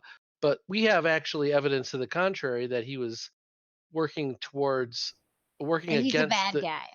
yeah, he was Well- working against Chorch, and that he was essentially treasonous. So Well, he was working with the pink-haired lady, or at least hired by her. I mean, there is a rumor that the true master of the Rope Fists is the Technic League. It could be allied with it, although Sandville did not think there were any other agents of the Technic League besides himself in town. Yeah. yeah, the Technic League, but I think that this guy is the one that is still alive and in charge, though his forces are probably dwindled. We just want to make sure that he doesn't work the council against us and work against our reputation. So we should incriminate him immediately, and we have proof. Yeah. So We have proof. yes, What proof do we have? We have our word. I mean, yeah, other than that. all of our word. I mean, He I was mean- lurking in the corner of a warehouse we broke into to steal this technical device. I agree And that it we had should rope say fists in it. something because it's better to talk about this instead of be on the defensive about it. Mhm. So yeah, why not? Might as well. We have a member of the council here to speak with if you want. Yeah. All right. Since Yeah, we're- I thought we did mention this item to. Member of the council. Yeah, well, we also mentioned it to Dolga Freder. Right. So we mentioned it to her too when we first retrieved it, I thought. I can't recall. I remember we hit it, but I can't remember if we. I can't swear to it. So we'll What are you so hiding? so yeah, so we'll I'll retcon that. I thought we told her, but I'm not sure now. Did Anita just disappear to you guys too? What happened? Oh, Anita just. Yeah, she winked out. She said she's been having some connection issues. I suspect Oh. it's Isaac streaming porn again. I think so. I mean, ultimately, if he keeps his dicks under 12 inches, it'll be fine. But I mean, once it gets above that, Oh, it she's just takes still too. on audio, and you just get the goods. She's horrified. Yeah, well, I mean, not only that, but I mean, I've got Twitch going on my tablet over here. So, like, yeah, I'm gone, but I'm watching it, and I'm just like, you motherfuckers.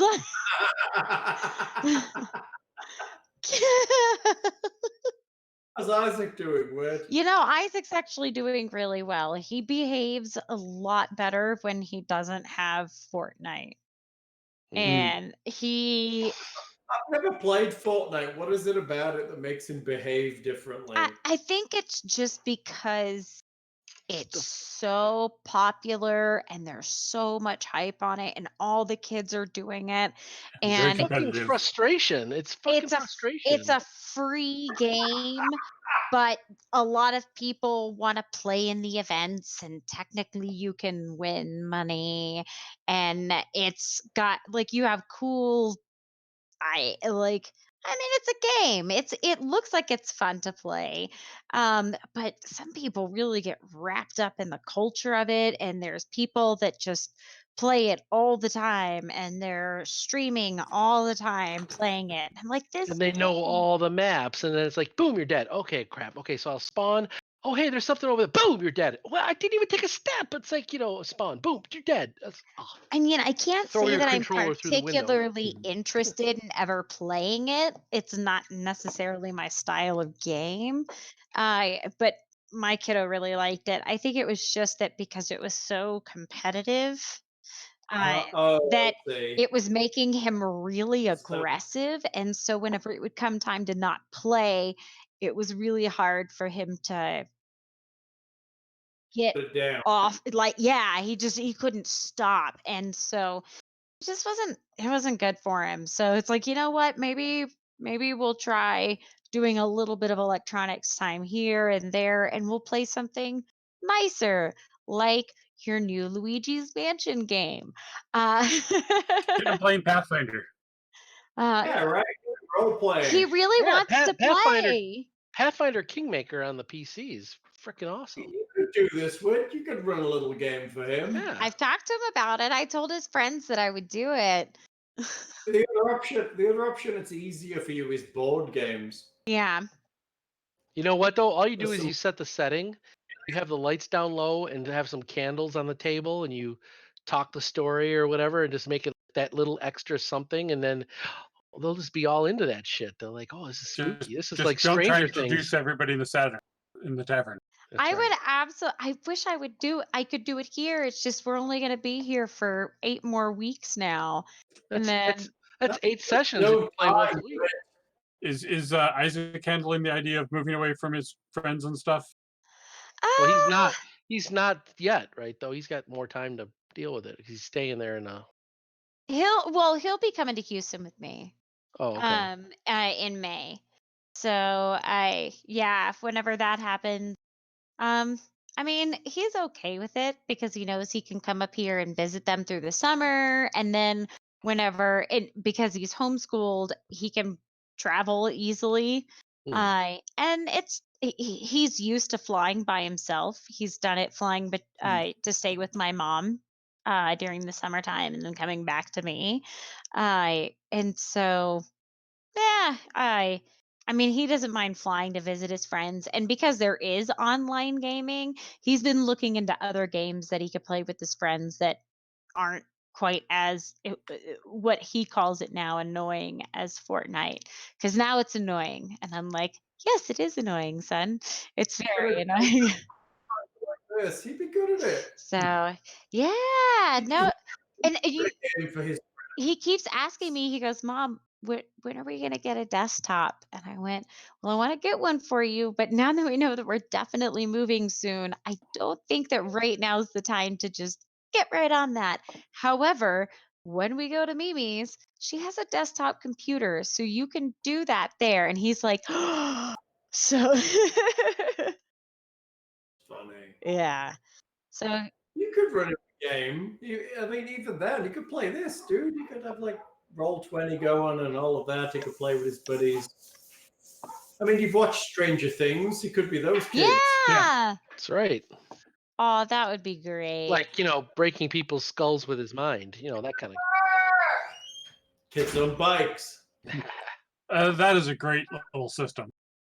It's a great system. It's really good.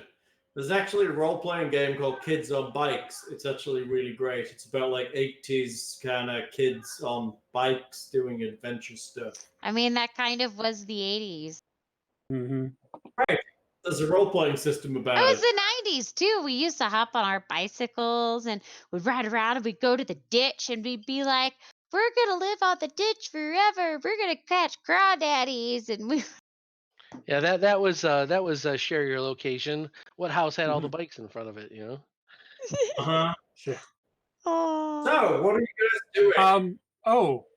Does Well, Kinnear still have the remains of that repair drone? Yes, Intact his Pop. daughter? He's been taking it to pieces, but yes, he does. Do you need it? No, I was just thinking we could try and repair it with Make Whole if that. Although now I'm wondering if Make Whole will actually do that, or if I need Greater Make Whole. You might need the greater version for a robot. Because Greater Make Whole references technology, but that's because it came out with the technology guide. Because Make Whole. Yeah. So they did a lot of kind of backtracking when the tech stuff came out, and they were just like, there's spells that could be super useful at really low levels. So we're gonna basically nerf the shit out of that. Yeah, I mean, because Make Whole will fix magic items, but I would suggest it's. Oh, hello. How did she get there? Stubborn shit. Did you have the gate open? Juniper has escaped from the dog run and is in the backyard. Uh-oh. Lear's happy about Hopefully this. the backyard is closed off. So we have a dog run that comes out of the garage. So they can live in the garage and there's air conditioning. And then they can go in the dog run and do their thing. And then there's a gate that comes into our actual yard, and it appears Juniper was in the actual yard. How did she get out there? She used her dexterous fingers to unlock the gate and somehow get through. Disable device, natural 20 for a dog. she ordered a pizza and waited for the delivery guy to unlock the gate. Cunning. It's a cunning plan. That's a good one. Actually, she ordered a pizza and waited for the guy to unlock the gate. That's a good one. Oh my gosh. I'm just like trying to imagine, like, I actually know what that space looks like. How? I don't know. Leo's been doing yard work, so it's possible that the gate wasn't quite as secure as it should have been, or what have you. Gotcha. Or there's neighbors' dogs that are planning a grand escape. Dun dun dun dun dun dun dun dun dun. So let's see, what do we have left? So I'm thinking if you want, or? I think that we should follow this lead to the northeast, but I think that we should do it with the blessing and financial backing of the council, because they, I would think, agree that there is a external threat that we should investigate, right? I think that's a good idea. Make sure that we can gather everything that we can before we head out on our adventure. Adventure. Quest. All right, let's go do this thing. Like horses. All right, let's go to check in with the bosses. Who are you checking in with? The bosses. Well, we thought we might be able to have Connier get us a audience with a select few of the council that he thinks is trusted. He can create a special committee or a special council session, I would imagine. What, 5 of them altogether or something? Yeah, but no, I don't know all of them, or if they're all trustworthy, or we know him and Dolga. For the Technic League, we don't know. So Sanville was pretty sure he was the only one only agent in here, although if they're keeping a secret from him. Splinter Cell secret groups are like that. So yeah, I mean, whatever he thinks, if he has people that he can trust, I think we should get. I'm looking to see if we can get something out of like the council as like an official sanction, or try to score some kind of reward, because I'm thinking that we want to look into this from the perspective of the safety of the town, because it's our livelihood is tied to the torch remaining lit as well, right? Well, now you own a shop and a house. I guess that's fair. Yeah. Well, you're welcome to try and sell them on that. That's your forte. It's my 4. It's Tatia's forte 'cause she has a 21 charisma or whatever. Kinnear is talking to you. I could speak for the council in that I would greatly appreciate if you investigated the issues to the northeast, but there's nothing else I can promise. I mean, clearly someone came from here to try and steal our power, I guess, steal the power of the torch for whatever they're doing. I suspect that something is going on there, but I wouldn't expect you to travel that way, but it would be greatly appreciated if you figured out what was going on. Clearly something is occurring over there. So you don't think it would benefit us to talk to the council right now? The rest of the council? Speak for the council in the sense that, yes, I could convene them if you wish, but that would be a long day of talking about things that don't necessarily matter, when I think what is actually important is someone came in from what I suspect is Scrapwall and attempted to steal the power of the torch for some reason. Sounds good. That's what the That's evidence enough for seems me. to point to. Let's go. Do you think we should do something about Golan Arath?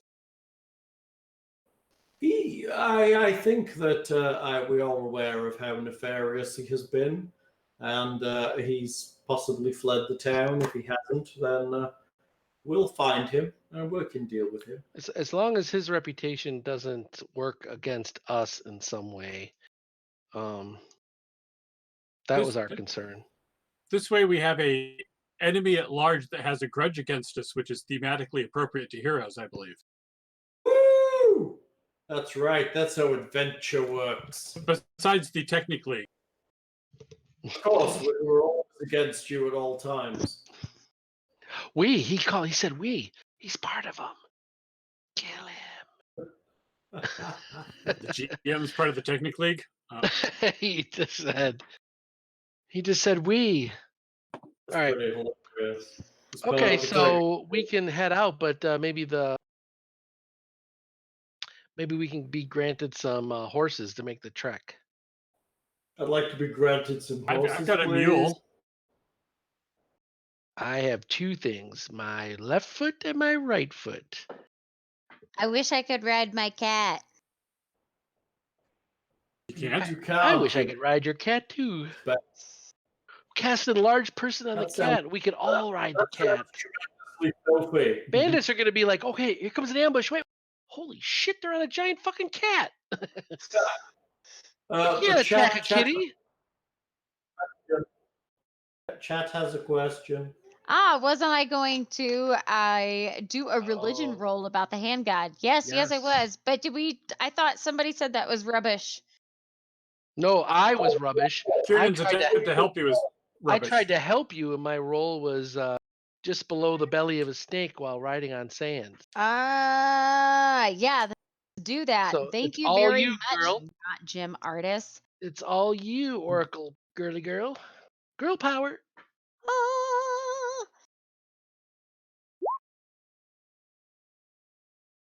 What? 13. How did she roll my knowledge religion check? She clicked on my form. That's funny. You want to click? You want to click on your form because I'm looking at your form right now. I have a paying attention. I have a +1. I'm not useless, but I was like, why isn't this clicked? Oh, fuck it. Whatever. I'll figure that out later. Oh, I did worse on mine anyways. Oh, Jesus. This is a sad day. We're just heathens in the South. Maybe we should ask the friendly cleric of Bry. Oh my god. Yeah, since we have no idea. We know it's not Denza or Asmodeus. So I think Chat is disappointed. I retract my retraction. Yes, the only retraction this is the sphincter. Oh Jesus! And the wizard nails it. But you The wizard. still have no idea what this symbol means. But I'm untrained, so. Yeah, that's possibly true. So, Cornelia is interested. If you intend to travel to Scrapwall, I would suggest that you head towards Aldronard's grave. It is a fort opposite Scrapwall, and potentially a good place to act as a base for your forays there. A grave across the river? It's a fort, a place of security, perhaps. It's on the west bank of the Selon River, across from Scrapwall. It is a fortress. Apparently, I believe it's currently unoccupied, but it may have some people there. Fortresses are So never. it's a fortress that's not held by. It is the Fortress of Sarenrae. Saruman. Sarenrae. Oh, okay. That's a good person, right? Sarenrae is the goddess of the sun. Yes. Sun. Yeah, it's a good person. Oh, okay. Because of the sun is good. Okay, I'll take your word for that. As Oh my Kiernan God. from the Shadowfell is like skeptical of his statement, but okay. Kiernan. Shadow Kiernan. That's right. Should we go about town to see if anybody has business up near Scrapwall they would like to send us on missions for to pick up, side quests? Would you like to send us to Scrapwall? That would be great. So hashtag side Do quest. you Well, hey, need letters Kiernan's- delivered to? Yeah, Kiernan's business. We might have deliveries to make as a cover to seek I mean, to our Find out mission. Numerian fluids. Traders, right?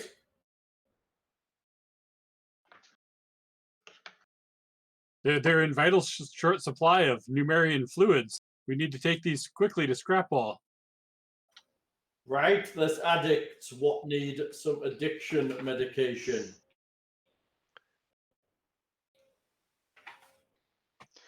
What is the name of the place that would make a good base? Aldruin's grave? Okay. Aldron's grave. Is it not on that map? No, it's just opposite Scrapwall. So across the river from Scrapwall. So Okay. Small fortress. It's spelled Aldronard apostrophe S ALDRO? MARD apostrophe S grave. Oh, I almost had it Possessive. right. West of river Aldronard. from Scrapwall. So we're just gonna pretend it's on the map, but it's not actually like pictured It's on just the map. It's opposite. It's over the river from Scrapwall. Okay. He's suggesting it would be a good base of operations if you didn't want to just turn up in Scrapwall. So if we go go east to the Selon River and then just follow that up, we'll probably run into it. Probably. Unless there's a caravan or something heading there north. Is there a reason for us not to hit this Yeah. town surrounding it, or? So, if you can make me a knowledge local, Knowledge. I could attempt that. I'm trained in it, but I don't know if I'm how good I am. 19. Ooh. good enough. So, you're aware that Scrapwall is a town that is filled with. It's a town that's contested by a number of gangs. Barter Town. The area is quite violent. It's very confrontational. It's not necessarily the best place just to kind of walk in and go, "Hi, I'd like some oranges, please." So the idea of the place is it's not the best place to just walk into. So the suggestion of having a a base of operations outside of town isn't necessarily a bad one. Sounds good. We don't want to. I'm thinking this is probably a clandestine mission anyway, and we want to probably have our activities be on the object of trade with Kanir's business as opposed to what our real objective is. Should Keep it on we the be in QT. disguise then as merchants or wandering minstrels or something? Well, I think you should disguise yourself as wandering minstrels. That's where my money's going. Yeah, because Coffee? that'll be much more easy for us to fake than just who we appear to be, and that is a I will brag get a band stick. of. I'll get a stick in a bucket. I could totally pass off as a merchant because that's who I interface with all the time as part of my daily life before I met with you lovely folk. Well, luckily, I can pass for any humanoid, which is quite a big list. Is that because you have a hat? Because he Hat has of a hat. disguise. Hey, he just learned how to wear pants last week. Put too much on his disguise skill. Yay! Flood to- He's a dirty robot. A dirty robot. A dirty- Android. There's a Whatever. safe word in that programming. Find it. Blue dolphin. Probably- Blue dolphin. All of a sudden he shuts off. Probably pineapple. Yeah. It's all. I just need to get myself a ram doubler. All right. Okay, so are we able to secure horses? Because I have some gold, but I did spend a lot on new shiny equipment, so I don't know how much I have left. You too good to walk? So expensive? Oh, I got more gold than I thought. I marked it all off when I did it. Do the hell? How I do I have this have much gold? enough for a jetpack for myself and Nicodemus? Screw you Do I have guys, enough- I'm going home. Shoot Boba Fett's out. Please. It is the way. Back, please. Yes. Well, what's that? Like a jetpack? I mean, a jetpack is a thing, actually. And you can get a carriage for 100 gold. Yeah, you can get a cart and a horse. Is there any trade with Scrapwall? Would there be, a caravan or anything heading up that way? Or There is trade with Scrapwall, but it is reasonably few and far between. The problem with Scrapwall, it's literally at war with itself at the moment, so it's not really that stable. sounds like a good place for us then. Ooh, a dog Yeah. sled's only Yeah, 20 we're- gold. We're not exactly all stable, so it totally makes sense. For Ooh, dog sled. But would they get along with my cat? No, they wouldn't, because they'd be really angry about dragging you across a terrible rocky plain filled with bits of metal. That's what the whip's for. That's what the whips are for. How it works. But if you put the cat out in front, then they'll just chase the cat without the whips. So it'll double their movement. The dogs will have fun that trying is to chase not the cat. even how that would work. Just so we all know, everyone knows that whenever the cat comes into the scene, it wraps the dog one time in the face. The dog goes, "All right, you're the boss," and that's it. Let's The get it cat on. Always wins. The cat is always the winner. But the thing is that's the point, though. The cat is out front, and all the dogs are chasing the cat. Therefore, the sled rides double movement. Yeah. What? I mean, if But you I guys want DM hack right there. Yeah. yeah. Good one, I like. If you guys want to get mules, they're only 8 gold, so Hal's like, I hate this fucking group. I tell you, these people. What the fuck am I doing right now? I could be asleep. So a light horse will cost you 75 gold. What else can we get? a mule for 8 gold. A mule for 8 gold. I've got That's one. it? I've got Artax. That's true. You do have Artax the Oh, mule. Artax Do I is a have different mule? I kinds thought of it was a horses I could choose from? Yeah, there's Frank the horse and Ted the horse. Thanks, you dick. Okay, I want Ted. Other one? Ted's real name is Chad. Frank. Right. Frank and Ted. And Buligup will just hop along. Right with anyone. He's only I'm gonna 2 foot. I'm gonna rename him. I'm gonna name him Kernarf, which is Frank Awesome. backwards. a mule will cost you 8 gold. An actual horse will cost you 75. Yeah. That's why I bought a mule at first level. You could probably buy a carriage with a couple of mules. Hold on, wait. Wouldn't it just be Narf? Narf, Because yeah. K and N make Narf. Exactly. I'm naming him Switch. Narf, which is Frank. Narf. So your horse's name is now we're Narf. so now we're getting into some Thundercat shit here. So when Alexander awakens him, you'll be like Narf, Narf. Oh. Hey, wait. Squirrels are only 1 gold. How many squirrels would we need to pull a cart? A lot? Oh, it's rabbits, right? That's what the wizard in Lord of the Rings used, right? Oh, yeah. All right. Oh my god, I hated that so much. And that was the Hobbit. It was the Hobbit. You're right. It was the Hobbit. It wasn't even the Like- Hobbit. It was It was the... Radagast. It was the. I don't know. I mean, like, the movies weren't the worst thing in the world. I just didn't understand why they took this small book I enjoyed as a child and turned it into this massive 3-movie saga. Money. I was like, I've read this for like summer reading in 6th grade. Ooh, capybara is only 1 gold. No capybaras are Oh my pulling God, anything. that's so funny. So yes, I've managed. I can watch The Lord of the Rings. I can tolerate the fact that Arwen is a piece of shit and changes the entire story. But The Hobbit, I've got to the middle of the 2nd movie and I can't get past it because it's total shit. You're just like, I don't understand. What are they doing with this story? I mean, it's no Zardoz, but it's... There's characters that are in it that should be dead. There's characters that don't exist in the book that have just been randomly created out of Peter Jackson's asshole that don't need to actually be there. There's pointless scenes that don't need to be there.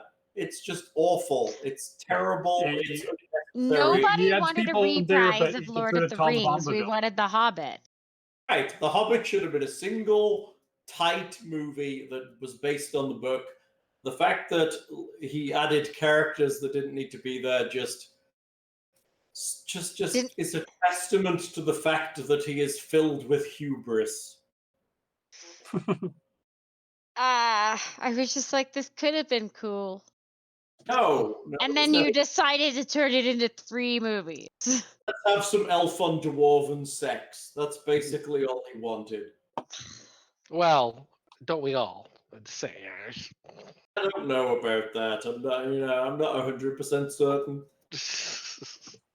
Maybe I mean, 85. like, I'm not going to discriminate or anything, but 55% sure that's okay, but I just didn't like that it wasn't the book because that, to me, I was like, oh, this is the part of this story that I've read. Because I never read the Lord of the Rings books, but I read The Hobbit. And then I saw the movies and I was like, this is You not didn't read The Hobbit. the book I read. Yeah, but if you read it now, it'll be the novelization of the movie, so that will be the book. But that's not what I want. No. All right, so I apparently riled up Hal after a bottle of wine, so that's never a good thing. I just have lots of issues with the Lord of the Rings movies, and then they made The Hobbit, and it was unassailable for me. I was just like, what the fuck? Literally, they took a book that was 2 hours in a movie and turned it into 9 hours of a movie through the fact that some big hairy tosser decided he was better than the original author. It just doesn't make any sense to me. Like, No, I'm not a big fan. I'm not going to lie. I'm sure some people think they're amazing, but honestly, The Hobbit is a total disaster as a movie.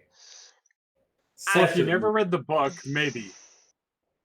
Honestly, the book in my mind is a children's book.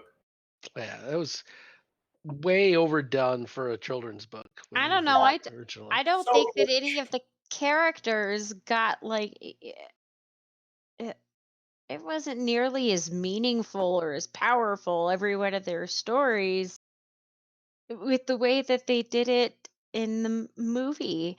And it was just not it was bad because it wasn't the fucking story. Right? that's why. It was it was like, what if we decided to take the Hobbit and just go and fuck up the ending? So I didn't even get that far. I got as far as Lake Town and the bullshit that goes on there, and I'm like, this is just total no, shit. like the battle on the frozen river waterfall thing pissed me off, and I was just like, "Grr!" I think I got that far. Ah! Well, I think that they wanted to embellish. So, spoiler alert! They wanted to embellish how Thor and Oakenshield actually bought it, right? Which I thought was really good. Actually, I like that part. Mm.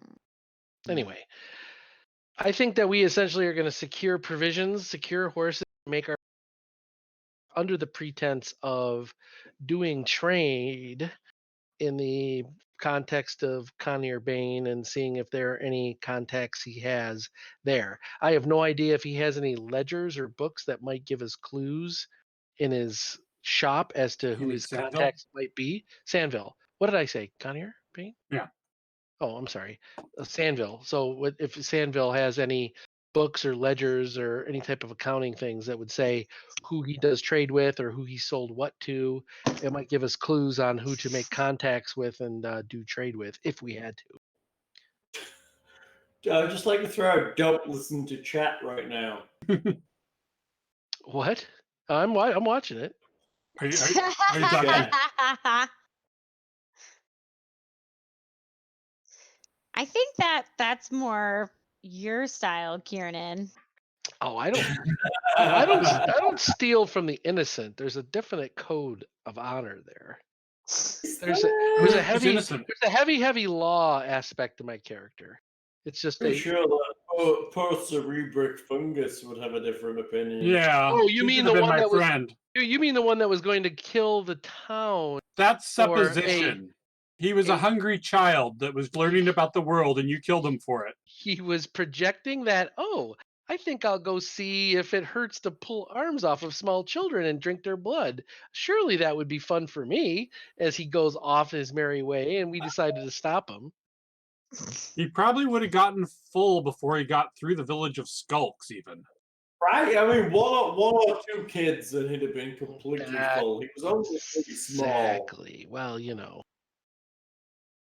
I'm fine treating enemies that way. Innocent people. There's a difference. Right, but he wasn't an enemy until you decided he was. But that's my prerogative. Noted. All right, Voldemort. That's right. All There is the no more- good or evil, only power, and those too weak to seek it.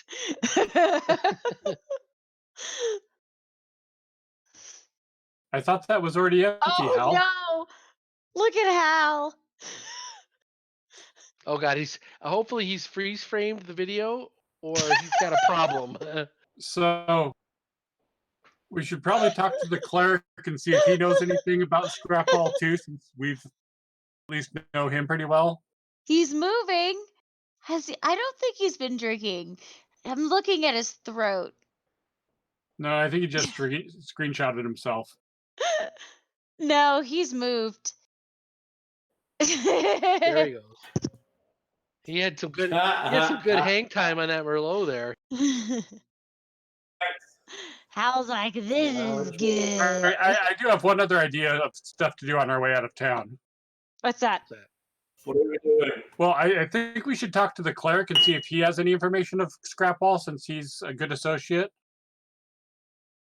But I'd also wouldn't mind taking a closer look at Crowfeather Palace as we're heading out of town, because we didn't really actually examine that, and it's, Crowfeather Palace. magic and technology. It is Ah. quite magical and quite technological. I don't know if that's worthy of our time at the moment, but It's worthy if I could, take it apart and figure out how it works and or salvage parts out of it. yeah, If- that would if take we're- a week, right? Well, depends on how tidy I'm being and how well defended it is. If we don't really care about Torch and aren't going to come back, I don't see a downside. Well, I'm not going to say no, but I just don't know if that's worth our time. But okay. I mean, we can talk to the cleric if you. Oh yeah, don't talk want to the cleric, sure. I don't know if he's, Uh, if we've known anything. Hello, worshippers of Bry. Welcome to the Temple of Bry. Hello, we are preparing to journey to Scrapwall and wanted to see if you had any information about the locale or.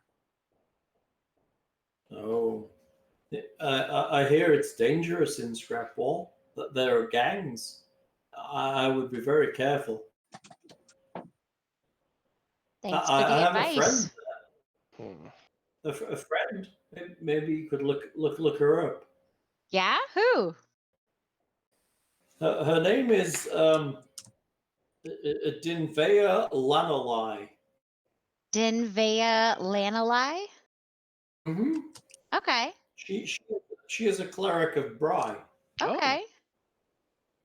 Shall we pass on any message to her? Do you have a sealed scroll you wished us to give to That's her? my just say hello. Sure, absolutely. And your name is? Well, we know what it is. We just, as players, don't know. We've gotten water my breathing name- from this bloke for weeks. But I could look up, but I'm hang on now, you're gonna make me look. Cleric number I'm 3. looking. Cleric of Bry that you were introduced Bob. to like 40 sessions ago. Bob Like of the first Bry. session, even. Yes, he's a cool guy. I was like really liking this dude. Bob. Bob. We're all Bob of Bob Bry. of Bry. Bob the Bry cleric. His name is Bob. But he's the evil. But he's the evil cleric. He spells it backwards. Right? Spells cleric. Herb. He spells Bob Herb. backwards. It'll be herb.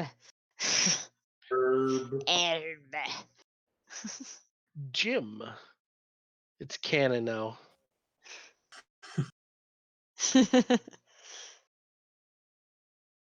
At some point, I had his name in my notes.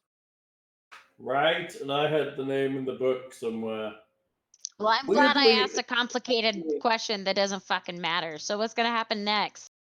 Doesn't give me it actually doesn't give me a map of the town very easily to access. Yeah. So let's go on. Weird. And so we're basically seeing if he knew anybody, and he one person, which is actually a solid lead. But I think that our plan was to sort of circumvent the town anyway. What we've got now is if anybody does stop us, we at least have a name drop. Oh yeah, we're here to see, Lanalai from the Church of Bry as a trading mission from Torch. So we have a legit story now, but our goal is to not actually encounter anybody or encounter any of these gangs because we're going to go around the town to this graveyard, Yeah. right? Okay. I would say so. Well, I don't think we have to go around the town. It's on the west side of the river, isn't it? Right, it's on the opposite side of the Yeah, river. so to we're the already on the side of the Oh, river that this base is on. Okay, I thought you said it was on the opposite side of the town from us, so we would have to go around it. Okay, sure, even easier. Cool. So it's 105 miles to Scrapwall from where you. That's going to take a while. Glad Yeah, we got how long horses. how long by horse is that going to take us? Durham Kite. There you go, Durham Kite. That's right. That's what you think thing. He's the guy with that meta magic rod I want, but I can't afford. And he probably doesn't. If I had a deck and everything, I could have notes. The notes would be good. That would make me a better GM, I think. What? You mean this magic rod right here? Oh, you shouldn't have grabby hands. Grabby hands. It's all the Grabby congealed honey on my hands. Make it sticky. Meta magic rod. Meta magic rod. Does Thing want to play with your meta magic rod? Maybe. Well, I if I could extend my rope trick, then I could have it go for 8 hours. Oh, the ladies would love that. 2 gold piece make you holla. All right. Okay. So it's going to take. It's 105 miles. Did you buy horses? Yes. I've got a They're mule. 75 That's got to be good They're enough. 75 gold each. We need a car, but we can't afford a car. Cart and mule is cheaper. I think Tatia already stated she was going for the jetpack option. Jetpack. I mean, there are jetpacks in this system. I think the technology book has a jetpack. I don't think she can afford the jetpack. Well, it's like very, very, like it's a charger round or something, or it burns through fuel like crazy. So the does the jetpack Mandalorian isn't jetpack. for me though. The jetpack would be for my cat. Awesome. That's like Love something. cat. That's like something out of Voltron. That flying out with the jetpack and goes to her arm. Didn't Battle Cat have a saddle for riding? She should be able to ride Nicodemus. There you go. Cool. So all right, I named my horse. Chapter out of The Witcher. I'm gonna name my horse Roach. Hold on. So I figured. So that's a video game that's based off of a book series, right? Yeah, Correct. and It's now ama- a TV series. It's an amazing game, amazing set of games. But The writing is the best writing of video games I've seen. so it wasn't books. It was books originally, yeah. Oh, okay. So it was books originally. Okay. So I knew about the video game. We started watching. Well, I wouldn't say we. Evan started watching the television series on Netflix. It takes a few episodes to get into it. Yeah, if you're already knowledgeable about like the X-Men movies, right? If you're already knowledgeable about the history, the people, the players, then it's you're in there and you're embedded, right? But if you haven't read the books or played the video games and you tried to start that series, like things said, it takes. I mean, Don Early, what did Don say? He said that was like 5 or 6 episodes in before he really got hooked, right? Yeah, and then he was sold. Yeah, he was Yeah. unsure up to like episode 3, I think. The writing is so deep and rich. I hope the TV series matches up. Well, I think part of the problem is that if you've read the books and you know the story, it's really good. But if you don't, it's really slow and difficult to start. It took like 3 or 4 episodes to actually start the plot. Yep. Well, the whole setup of the world is a little weird for your standard fantasy stuff, like what witchers are and how they're made and the whole how Monster they're Hunter stuff. how they're prejudiced against and all that kind of stuff. I mean, Yeah. like a lot of series suffered from that. Star Trek suffered from that, right? The Babylon 5 suffered from that. First season was like rubbish and it was like all over the place, but they were establishing characters and background and like what the setting was, and then after that it got better. It's just Amazon is making the Wheel of Time. Yeah, I heard that. Makes me very happy. And the kids in the hall. I'm worried. I'm potentially happy and potentially frightened of what might become of it. Sure, it's fine. Some of the decisions that are coming out of it seem to be interesting at best, but we'll see where it ends up. I mean, it's 14 books, right? So it could definitely be a series that could knock the ass off of Game of Thrones if they get it right. This is So true. did you actually And buy a then whole if horse? they put that out, I don't have to bother reading the 9 billion books there are. The books are good. I have them all if you want to come here and read them. I may do that. I'll make you a I comfy figure the chair other in thing that corner. I'm going to do this summer is treat myself to maybe a video game or two that I'm going to burn through while I'm at my mom's. Doom Eternal, March 20th. Yeah. Hell comes to Earth and you have to save Earth. Which Mass Effect trilogy. there is a Doom No, it was a movie. Yeah. We will not speak of it. Oh, that's a movie. We will not speak of it. I don't know. There was something that I saw the other day on Netflix Evan watched, and it was actually not bad. There's a few things on Netflix that aren't bad. They sent people to a place and there was bad men and they ate them and then they came back again. Yeah. Well, and then Carl Urban becomes superpowered to save the day. Hold on a That's second. right. I The gotta only bleep good out bit and of go that into movie- mom mode. Yeah, the only bit of in that movie is where they do the bit where it looks like a computer game. So, did you actually buy a full horse, Kiernan, or? Yes, I thought we all were. Well, I've spent most of my money and I already own a mule. I mean, it's almost as good as a horse. I mean, except for slower. Love you. I gotta mark off the gold. There we go. 75 gold for if you're getting a horse. Yes, you said 75 gold, right, for a riding horse? I want a horse made of gold, no diamonds, and we're gonna call him Butt Stallion. Stallion. I can't claim credit for that one though. That's from Borderlands. Really? God, seriously? That's amazing. A horse called Stallion. As a matter of fact, I even have that skin on all of my guns. It's like sparkles. She's got that. She's got Butt that. Stallion was the name of the horse for the bad guy in the game. She has that sparkle spell from her mystery now, right? So she could actually do the farting rainbows in actual real Twilight life. dust or whatever it is. Just Yes. shimmer on everything. Because Moonlight. friendship is magic. Ding. Well, I mean, how much slower is a mule than a horse? Do I need to get rid of Artex and get an actual horse?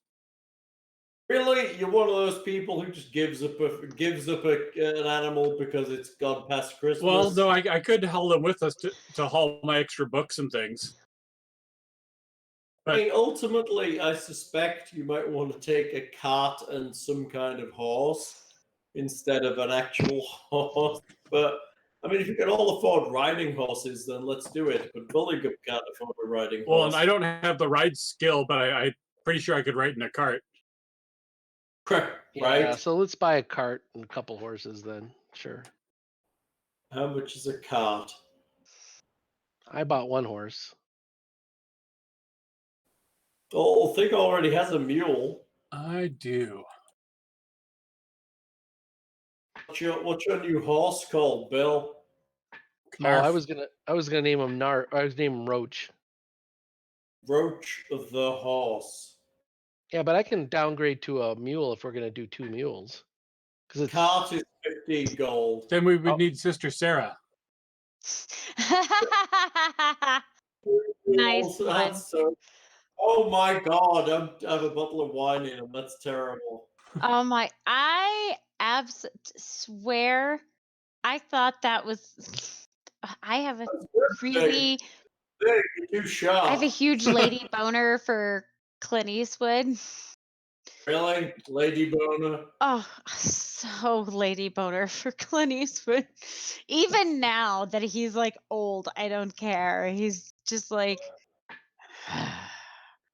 That's Yes. funny. Tear his flesh off. right And there's turn, a Clyde. scene at the end where I'm it just gets gonna into the clip that tub. noise out. I'm gonna clip out that noise and Thing's gonna use it as his ringtone. Lady boner. Lady boner. Oh, but there's a scene at the end of that movie where he gets into the tub with Sister Sarah. And I was like, oh, I want to be Sister Sarah. Shit. Because my hat of disguise, I can appear as any humanoid. Yes. I should appear as an elf because great cinema teaches us that elves should talk robotically and have almost no emotion. Right. And then you look like an exact person who is your character. Elves have no personality, Pointy ears. but they have pointy ears. And big breasts, if the internet will have us know that's true. Well, but Crow didn't have big breasts. But Crow was an effective elf rather than an elf that is just wearing a hat.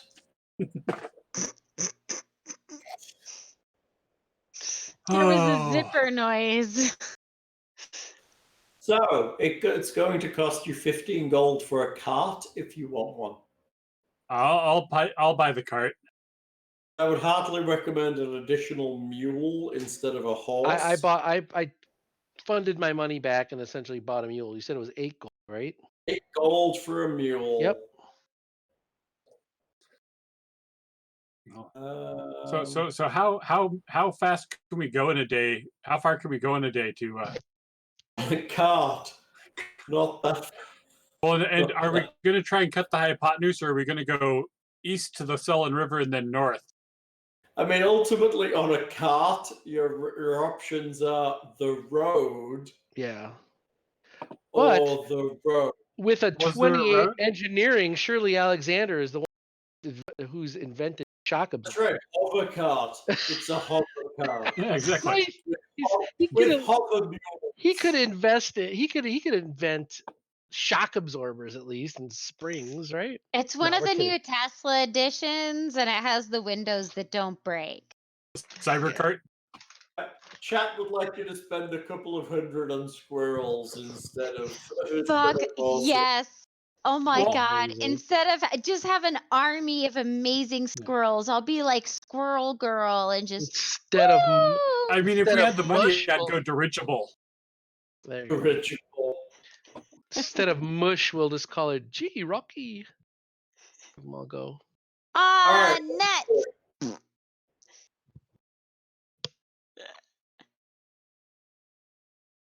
Okay, so it'll 100 some miles will take us a few days, right? In a cart. Take a while, yeah. Many random encounters. So how does this kind of thing work in a game then if we have several days of travel to do? So it depends on how nice your GM is. Basically, I could be just like, congratulations, you make it to your destination. Or I could be like, let me roll 19 times on this random table and attack you with a beholder, a mind flayer, and a toe. Which would give us more chance for experience and potentially loot. But Yeah. we could run Loot. across the Numenarian fluid drinker and sell him your fluids. And also death. Resources and death, but resources. I mean, would a Most- Borderlands person fast travel? I mean, we could beat people and kill bad Only- guys and You can take only their money. you can only fast travel if you've already been there once. Loot. Loot, loot, loot. I believe that follows for teleport rules here too. So you're heading out for Scrapwall in your cart with your two mules, Yes. which are Yes, called sir. Artak and Kevin. Because we're traders. Roach, I believe he said. Oh, Roach, excuse me. Roach is the name of the mule? Sure. Roach and Artax. All of my riding animals will heretofore be named Roach. Aww. Just like the Witcher. You are Roach the 37th. So, right, Roach 99. So you have up to 300 pounds of cargo. What are you doing with the power relay? That's pretty heavy, I think and we we would have leave to it with- defend it everywhere we went. I would say leave it with Conir, right? If Hide he's it. willing to watch over it for us. And we hide it there, like we bury it under his forge or something. I got a pickle. Kitty cat. Would Conir be willing to watch over the power relay for us? He would be happy. You just got to keep it off and stored in one of his buildings. Until we have a stable power to relay to a stable place we also have to use the power? To power your evil lair. Well, we don't talk about the volcano lair yet. Oh, you haven't bought that yet. And I'm The neutral. It'd volcano. have to be a neutral lair. Unless I Right. alignment slide. But all layers need lava. It's a rule. Okay. So our cover story is that we're merchants.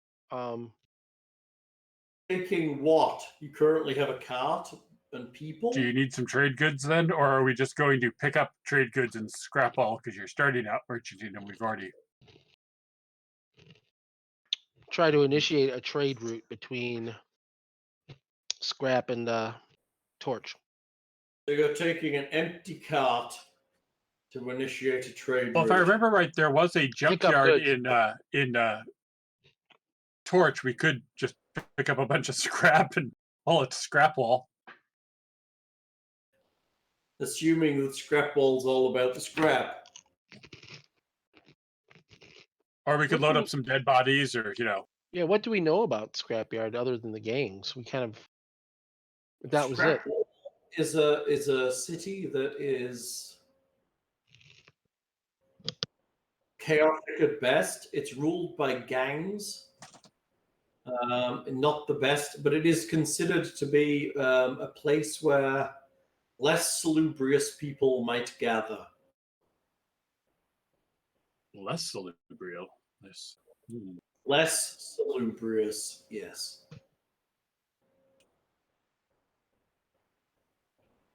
Hey, Or Peggy. you could be a fluid We're in the merchant. game. Yeah, we could be in the market for buying like technical equipment if they have any available. Just with fat bags of gold to buy Yes. that technical equipment. Is there anything you want to purchase before you leave? Yeah, because we checked Sandville's notes to see if he had any contacts here. I don't know if what that may have come up with. But... There's not. His notes are very exact. It's about sales to specific people and for specific amounts. There's nothing about transferring anything to the technical league.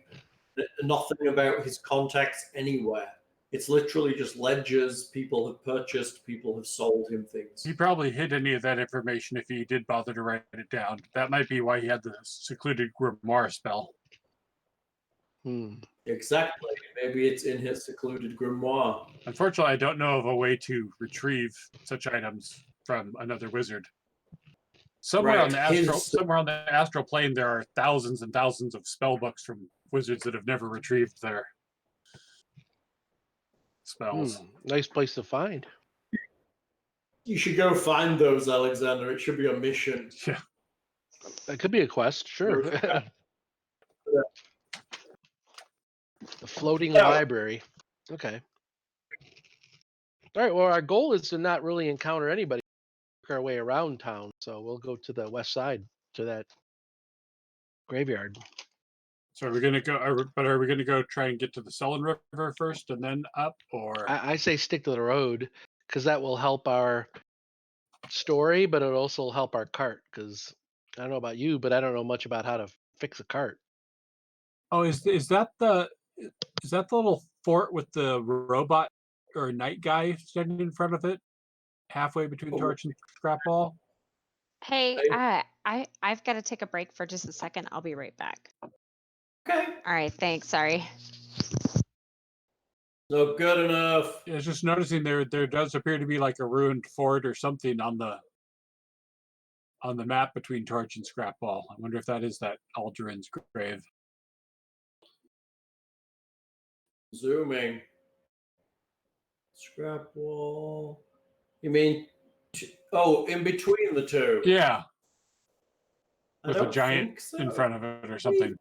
I mean, that might be on the map an actual representation of it. Yes. This might not be directly to scale. Right. Map not to scale. Yes, it's possible. Carve the spider. So I want to steer clear of Silvermount for now, I believe. So that's good. You should go there now. You should be like, fuck this quest. I'm going to Silvermount, where they'll take me to pieces and use my legs as earrings. Yeah, I think I need to level up a few thousand times before I try and approach Scrapwall. Ha. I think there's context that Alexander may not have. I'm not sure what's going on with Silvermount. But that's too far west for us anyway. We're heading southeast or northeast. So let's assume you set off to Scrapwall, seeing as you don't be particularly taking anything specific. Well, we might. It looks like that. We're wondering if that ruin is in between, so we might beeline to that if there's a trail towards it. Yeah. Before you have to cross the Sullen to get to Scrapwall. It's on the ruin is on the same side of the river as you are. So you'll get to the most likely looking road pointing that way. Kania has advised you that it would be a good place to stop. I'm sorry, could you repeat that? I didn't hear what you said. You're advised it'd be a good place to stop. Oh, okay. The room for a good place to stop. He knows that the fort is protected by paladins and knights of Sarenrae. So in general, even if there's people guarding it, from time to time they aren't, but most of the time they are. It would be a good place to stop. Hello, Whit. Hey, sorry about that. My dog was giving me needy eyes, and my husband had fallen asleep on the couch, and so he hadn't given the animal dinner yet. We could get a couple barrels and fill them up with that brackish water that before that gets filtered into Crowfeather Palace and bring that as a trade good. Right? You should just take Numenarian fluids. You'd pass it off as that. The only trade good is the power relay that they brought here in the first place. If Yeah, but not that's too good of a trade good. Well, it's more Let's say about purchasing goods from there and bringing them if we had to. So an empty cart's not unusual in that circumstance.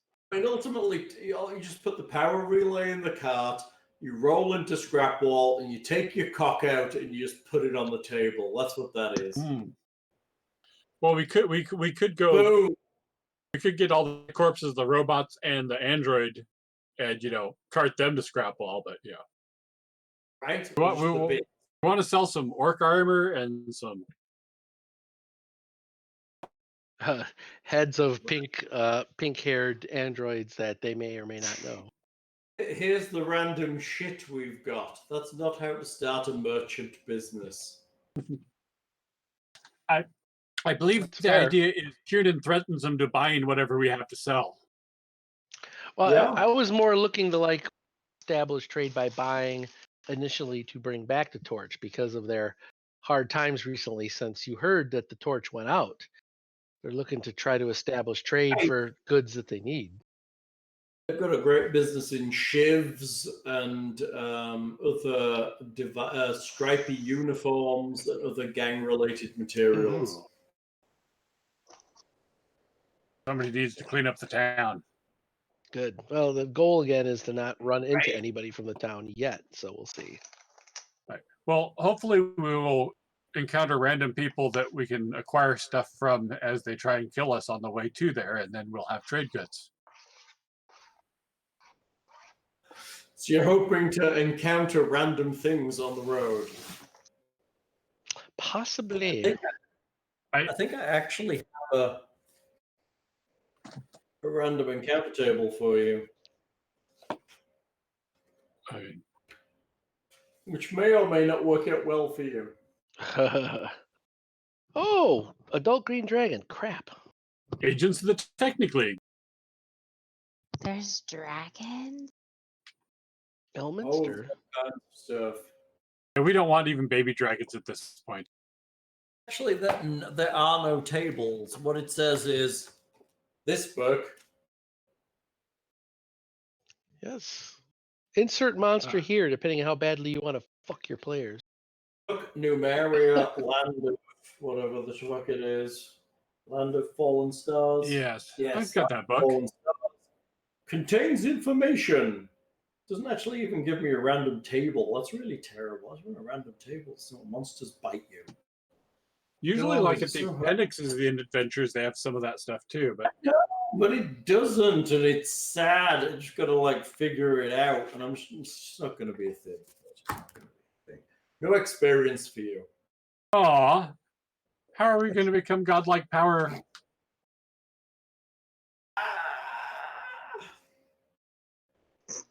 So the trip to Algernard's grave is relatively uneventful. Your cart creaks along the road. You pass people on the way, but none of them are of particular interest. And eventually, after about 4 days, the light is fading, and you begin to arrive at what looks like a ruined fort on the horizon next to the river. Did we lose Bill? Nope. I'm still here. Uh-oh. You guys hear me? Yes. Yeah. Okay. It does look like my video's frozen in Twitch. I'm still moving in. No, I thought he was 420. asleep in his chair. Oh, no. No. Throw out here that it is already like 11:30 for Bill, and what's about to come might take some time. So we might want to think about breaking as you arrive, I'm and then fine. It's up to you beginning guys. next session actually at the fort where the adventure begins. Might be a good breaking point, though, depending. Because so potentially, depending on how you deal with it, it could go quickly or it could take a very long time. I should spend our weeks of journey in writing up a bunch of scrolls. Yeah, right. You take 4 days to get here. 4 That's days. 4 days Ooh. of time back of a cart if you want to use that for something. Sounds Yeah, good. he'll have little ink blots on the scrolls because of the bumps here and there, and he'll I'll try and accidentally summon a lemon instead of a demon. Well, I can do it in my 4 hours of my rope trick every evening, you know. That's funny. Are you hiding a rope trick in the evenings? And then he comes out of the road trip and he's like, "Oh shit, the cart's moved. Oh fuck, they're like There's miles no away." issue with erectile Dude, dysfunction where's here. my car?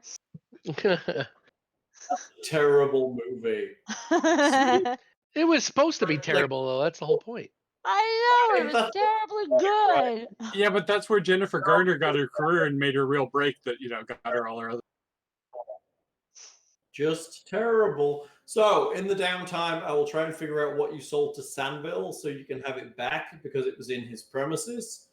Then, beyond that, we will assault this fort when you get here or talk to the nice paladins in this fort. Yes, I'm sure it's not been overrun by mean, nasty people. Monsters or evil things. Isn't it full of adventure?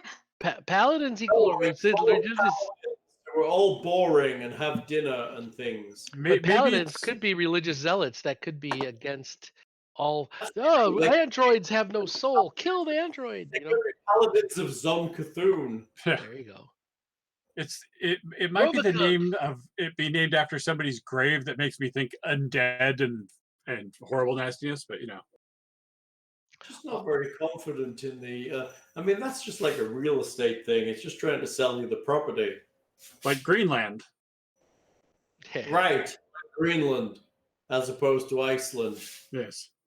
Totally different country. Which is green. Right. And not full of ice. What is that? Wait, do we have nothing to get experience for this whole session? Jeez. No, because we did Zero that. experience. It's what could be called a conversational session where you wrap up one book and start another. There we go. That's a good word for it. Right. All business next time. It doesn't matter. Actually, you do it all right. The next one will hit you, and you'll start, and there'll be an adventure, and then you'll Scrapwall, and we'll talk about the rules for that, and it'll be good. I wanted lots of random encounters so I could roll into Scrapwall at 5th level and devastate the town, you know. Right? I mean, you're already quite high level by comparison. I mean, you're on level for the adventure, so I'm not going to give you too many random encounters. That's right. He rolls into the town. This is my boomstick. Cast fireball. One sick kobold. A dead bug. I could get lightning bolt. I could spontaneously cast 3rd level cleric spells then, and you know. Oh, I see where you're at. You're a wizard who's itching on the edge of 3rd level spells, aren't you? Yes. Itching is a good Oh, good analogy. 3rd level's where it's the money level for wizards. Yeah, The money level. It's where they get fireball, lightning bolt. That's where they go. That's where they go from zappy zappy to artillery. That's when you take out the opposing army half, you know. That's right. Yeah, You're 3rd level is where wizards coming to their own. Plus, I'll get 2 feats. Oh, you get your normal one and your bonus one? My bonus wizard feat, yeah. So you become twice as competent. Or I suddenly learn how to, you know, craft wondrous end arms or something, and Wow, that would be cool. Or rings, even though you have to be like level 400 to craft a ring. well, if anyone worthwhile, you can make, you know, Featherfall at low level probably. What's Featherfall? It's when you fall off a cliff, it stops you from falling at fast. It just lets you kind of drift down slowly. You just So- float down like a Correct. feather. Pit Huh. traps, Like a all that stuff. Yep. That's awesome. Yeah, it's pretty great. Feather fall's a good thing to have. Hey, Gaz, there is some nasty stuff in the bestiary for the fallen stars. Isn't there? You want me to randomly pull one? Let's see what we can pull randomly from the best. You could even pull stuff from Starfinder too, like the Aslan Empire. Oh yeah, there's all. ships Oh yeah, you can Ooh, do you that can stuff. encounter gray goo. I encounter that half the time I go to.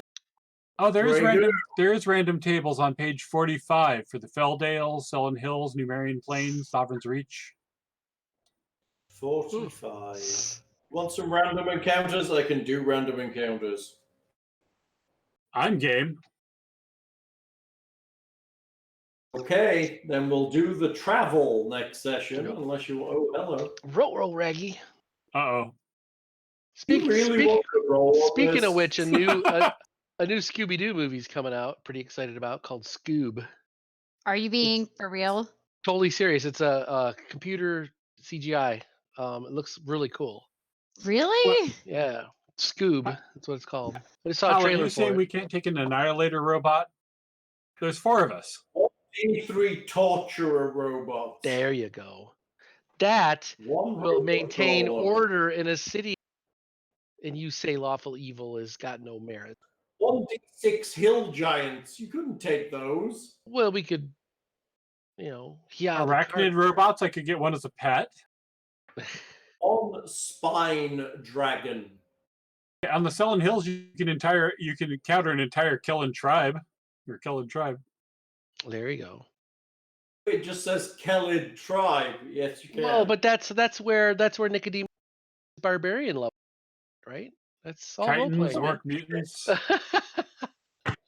There's some terrible shit on there. You're going to die. So let's just assume you get that and not like up the level. You don't need to have my. You don't need an encounter. That seems like a dumb random encounter table. I mean, you're gonna. Well, it's like any random encounter table in Classic, right? You get like a bunch of stuff that's low level, and then you get a few things that are really high level that are going to butcher you. Right.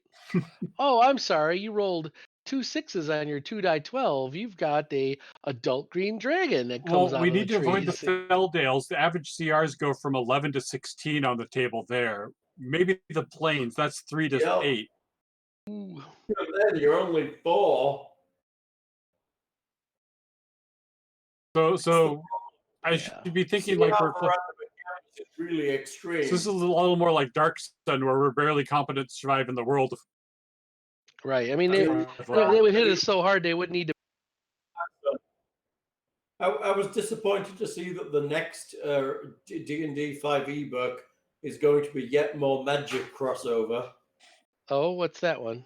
Of course. Some shit for magic. Magic the Gathering? Yep. Oh. They've already done one, which was Ravnica. Ravnica, yeah. Which was half a book that really should have been finished. Huh.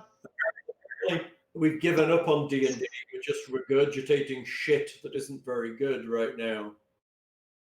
It's all in the writing. You get good writers back on track, They're stuck just regurgitating old stuff in a bad way.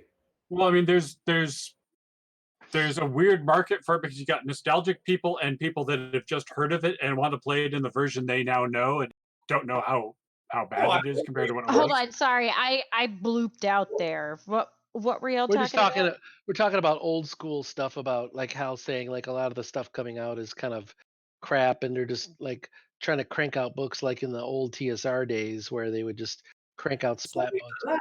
They had a good release framework. They were doing fine. They've given up on actually releasing for the old classic worlds. We're now combining magic to try and pull in people, and it's just awful. So, but Frog God Magic the Gathering? Well, there's a campaign book or a set of books for Dungeons and Dragons 5e based on Magic the Gathering. Including the Magic the Gathering story. So for D&D 5e, there's one magic book which is Ravnica, and then they're about to the next book that they've released is Magic again. I want Dark Sun. Too much to ask.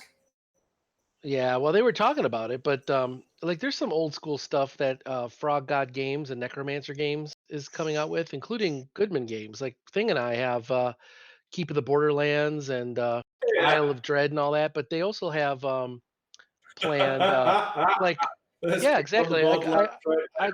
I got all three on my book. That's Barrier Expeditions Peaks. of Barrier Peaks. Yeah, I have Barrier Peaks, Isle of Dread, and Keep of the Borderlands. Keep into the Borderlands.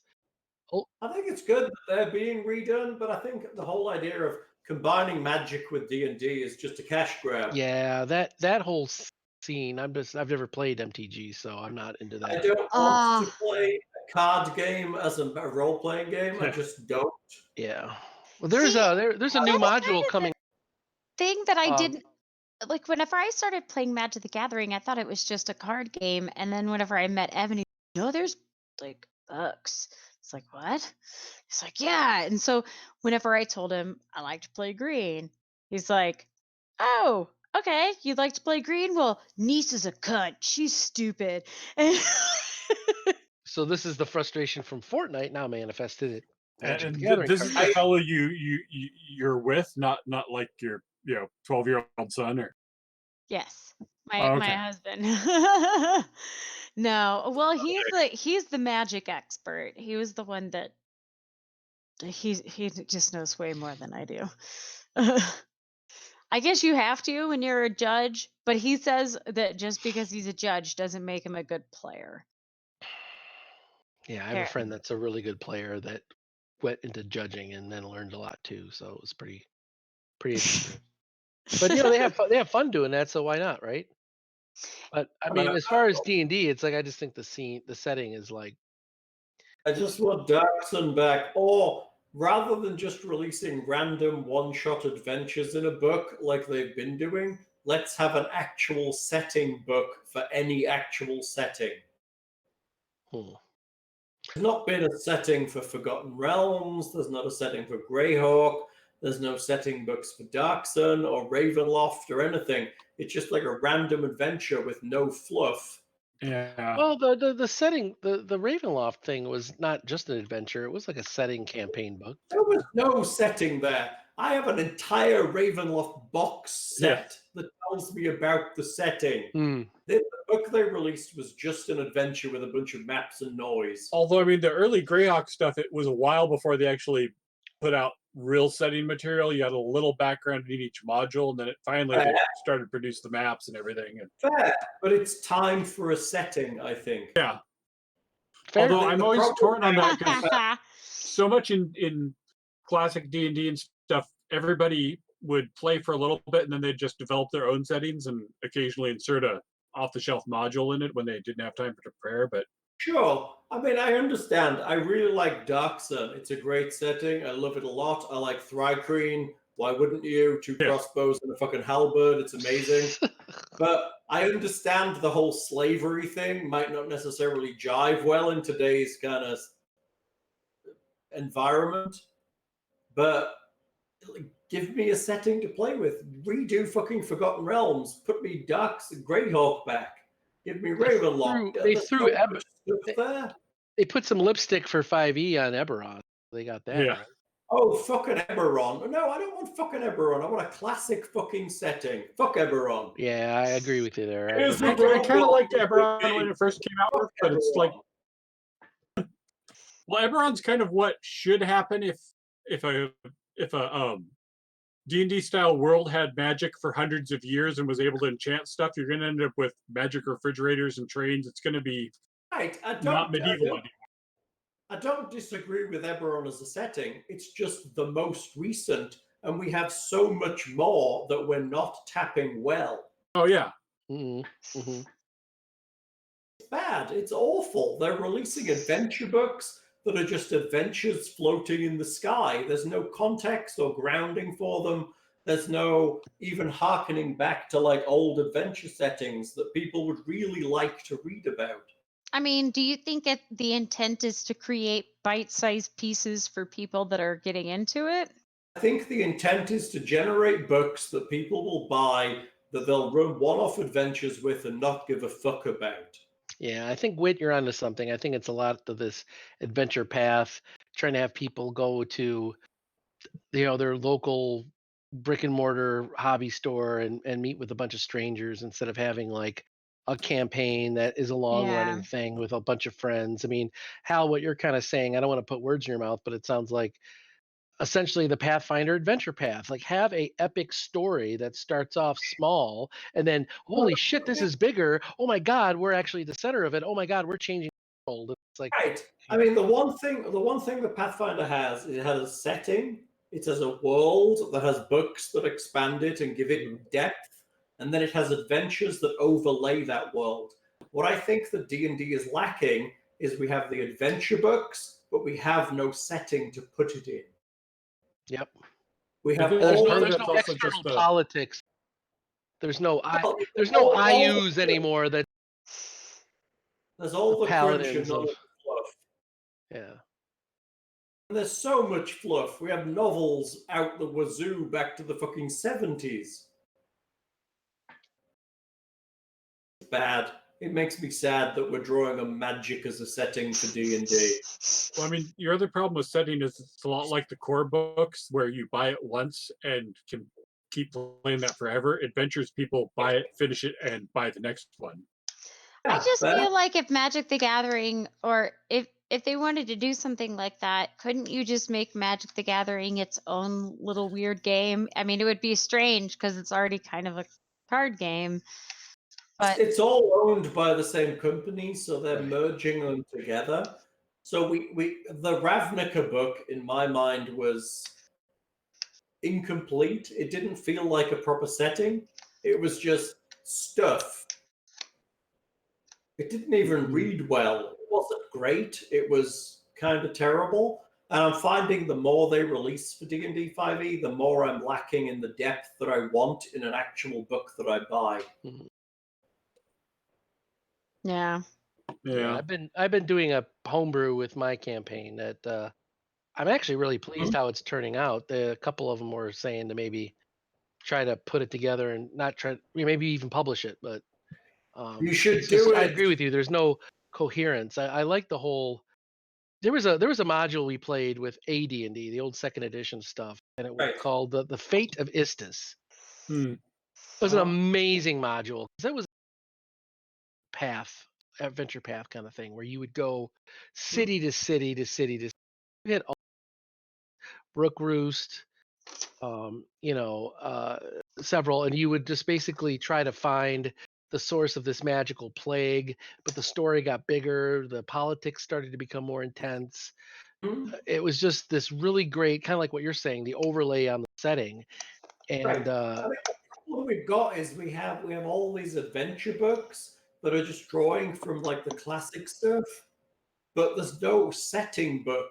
There's no setting box. There's nothing to lay it in. it's because There's no back. it's very schizophrenic, like multiple personality. Yeah. Like I think it started off when they really started down the Dragonlance novels. Like, oh well, let's do this setting with Dragonlance and all these people here and all these different things. And Well, I then mean, even then, that's something else that's missing. Give me any setting. Pick fucking Dragonlance. Give me a setting book for it. yeah, I don't yeah, want an adventure that I can play. I want a setting I that I can think stick from. I think you're talking about a conservative company that wants to sell product that is worried about alienating 30-40% of their entire base by saying our official setting is Forgotten Realms. All the Greyhawk people are I don't pissed. even need an official setting. All I need is some fluff in which to base the crunch. Yeah.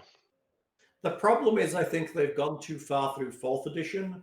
They're kind of coloring it with second, but in the end, what you've got is this is a set piece room, and you will fight in it, and this is the treasure you get, and these are the monsters you kill. And then you open the next door, and here's the next fight with the treasure and the monsters, and the next door with the treasure and the monsters. They've lost the fact that it's set in a place, and it's bigger than that. I mean, I'm glad that Pathfinder's not like that. The actual play podcasts I've listened to and what we're doing here, I just Yeah. so much. I can't wait to see I what mean, more is going to it's come gotten about. so much further. Well, even when we were running second edition adventures, so things like when we ran Night's Dark Terror and Horror on the Hill, we Mm. ran it all like a second edition adventure. It still pisses me off that it's so hard to kill people in fifth edition. Night Below is pretty good too. Chat is suggesting. I love Night Below. I wish I could find an adventure group that would run through it. I love I'd that be adventure game. so much. Ultimately, it's designed to run in AD&D, which is Yes. I ran it for such a long time before we started doing this podcasting stuff.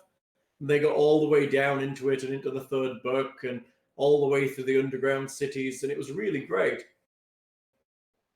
Chat is suggesting I do an updated version of World's Largest Dungeon. That talk about crunch. That's just room to room to room to room with no rhyme or reason. No, there's no rhyme or reason, but it was a good adventure because the characters were good and they interacted well with the game. Yeah, I mean, really, if you do like the world's largest dungeon, you need to have the whole ecosystem and a place where people shop and can get supplies and all that. I mean, it needs to be a dungeon world at that point. Right. I mean, you're talking, there's so many large dungeons, right? You've got, Rapana Thuk. There's a bunch of Emerald Spire, all of the mega dungeon stuff. I mean, I don't know. I like the idea of a mega dungeon. It seems something that Chop. Chat would like a new version of World's Largest Dungeon, apparently. There you go. Of the book, badly edited though it is. Yeah. Nothing you can't fix. Let me read this description to you, and you look at the map, and you'd be like, "That is not describing the room they're in." You're in a 25 by 40-foot room. Wait. The map's If I 10 remember by right, 8. the descriptions say rooms connect to rooms that are on the opposite side of the map. That was the bit. That was the bit that I loved the most. It was like there's an exit to the east, an exit to the north, and I'm like, on the map, that is not the case. Yeah. Like oh my god, that's the worst. It's like, you are not on the right edition of this book, you dumbass. So they did it, and it was the first. It's the first game so the website ran through it way back in 2004. We started it. Oh yeah. And we played through the whole game, and it was long, classic RPG MP3, exactly. So long ago, we played through the whole game. It took 40 sessions to get through, which is short for a game now. But it was really badly edited, but it was actually a really good game to play because the players were good, the time was good, the adventure worked well. It was not terrible. Everybody had a good time. What I want is more David. What Boeing air? What? Chat, what are you Boeing talking about? aircraft. What did I miss? I don't know. Yeah. It sounds like someone else has had a lot. Right. Not Jim. Well, everyone loved World's Largest Dungeon until what's his face lost his hair. Oh, Balazar. Yeah.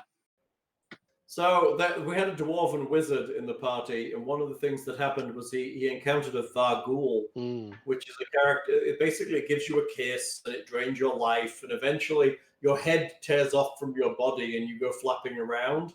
So he didn't get through the whole process, but the dwarf lost his beard. So he was a dwarven wizard with no beard and really big ears that looked a bit like wings. It sounds like Snarf from Snarf Quest.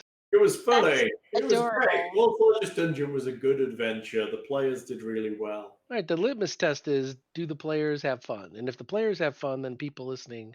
And it was fun to listen to, It's yeah. also, does it make sense? And with the current 5e stuff, yes, you can make sense with an adventure, but it doesn't have any grounding in a larger setting. They have so much color that they're just not using. Daka, daka, daka. Magic missile coming online. Where are the Cheetos? I'm attacking the It darkness. was it was it was good, bad adventure. It was good. I enjoyed it. I quite like running mega dungeons sometimes because they're easy, but they can also be a bit dry. Yeah. Fair. But Uh, sometimes that can still have an underlying goal and setting. Like I'm running I was running one before, but it fizzled out, and I'm running it again. Out of the Abyss campaign for 5e, oh, cool. and that's got some really nice political underpinnings to it, and keeping the story together. I'm just slightly turned off by fifth edition right now. Sure. There's just no risk to the player. It's really hard for a GM to kill a party. You just got to try extra hard, Hal. That's the point, right? You gotta have goals, Al. You gotta have goals. I don't want to knock a player down and then spend 2 rounds stabbing him in the face to kill him. That just seems ridiculous as a GM. Now that's when you do the whole Adam West Batman and Robin thing, where they wake up and they're in a pool of they're in a vat and it's filling with water, and They're hanging upside down above a tub of sharks. Can you reach Right, the bat exactly. shark repellent? Yeah. sharks with freaking laser beams. There was a typo. It's not sharks. It's full of sharts. Ah, there you go. That's even worse. That's a Did I mention Rollmaster too again? good. Because Chad would like to see Rollmaster again. I do. I'd just like to say, I'm going to say Becca has got a job. So in College Station, so it looks like my Skull and Shackles game on Sundays may fold. So it's an opportunity to bring something else up, and it may be that I might bring Rollmaster to the table. And hey, I'm up for Rollmaster, but also I was excited that the Rollmaster restarted. You mentioned Vampire too. Also, Vampire, I'm very excited about. In fact, I've got a copy of Chicago by Night just over there. Yeah, over there. Yes, I would be. I would be up for either or both, but I don't want to assume that you're talking about us in general for these. But I would be game. If I ran Vampire, I think a table game would be better. I think it'd be difficult online. Yeah. I think we could do it. I think you could. I think it might be hard with maps online, but a lot of it's theater of the mind, and that would totally work with audio. No, I wholly agree with that. I mean, Vampire I played for years. The new version, I actually have Fall of London coming, which was just released, which is a kind of interim adventure between the old system and the new one in the timeline where Second Crusade have raided London, and you have to, it's basically a fetch quest where you go find the things to either empower or depower Mithras to see if you want him to survive or not. And Vampire is awesome. I do like Vampire a lot. But it requires a more serious mind. Very true. All about the politics and the individual horror. I can. I've done that. I've done Vampire where you get into a lot of those politics. I've also find that it's very similar, though the setting is very different, but it's similar to Shadowrun. You can do pink mohawk or black trench coat for that. That's Shadowrun, right? Yeah. What have you got? I've got a gun and a mohawk, or I've got a deck and a mohawk, or I've got a sword and a mohawk, or Well, it's all about, do you go in guns blazing, or do you do legwork and you find out what your objective is, and you sneak in and I'm gonna create fake IDs and I'm gonna go in as a crew. yeah. It's similar. There's politics involved and things like that too. I just find that so the setting is very different. Right? Yeah. It's like Cyberpunk. You set up the job, and then the party spend 3 hours trying to plan it, and then they go in, and in the first action, something goes wrong, and they spend the next 20 minutes running away. Well, it's like so many Call of Cthulhu campaigns that I've had start and it dies because nobody can investigate. I love chat's comment of killing got us into this problem, and killing will get us out of it. It's the D&D way. It's like Yellowbeard. It's like that movie. It's like that movie Yellowbeard. You can't get anywhere in life if you keep going around thinking.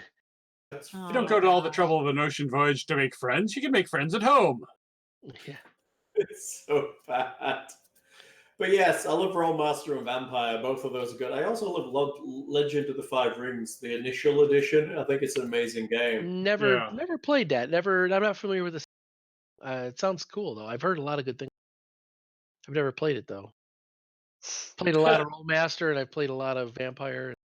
I love Rollmaster. It's amazing.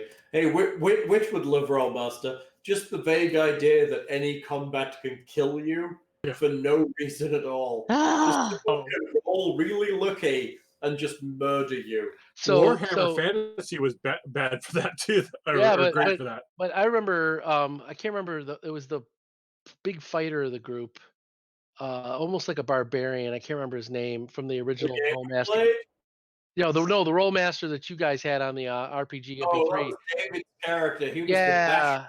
Yeah, he was like second level wit, and he, like, for flair, he's like, oh crap, there's a troll coming out of the woods. Well, I'm just gonna pick up this rock and throw it. He wound up rolling a natural 100, and then he rolled like a 95, and then he wound up killing a troll with a rock, one throw. It was amazing. Yeah. That's the thing. The system lets you do really stupid, lucky shit, which it's just amazingly good. But then also it comes back on you. Yeah.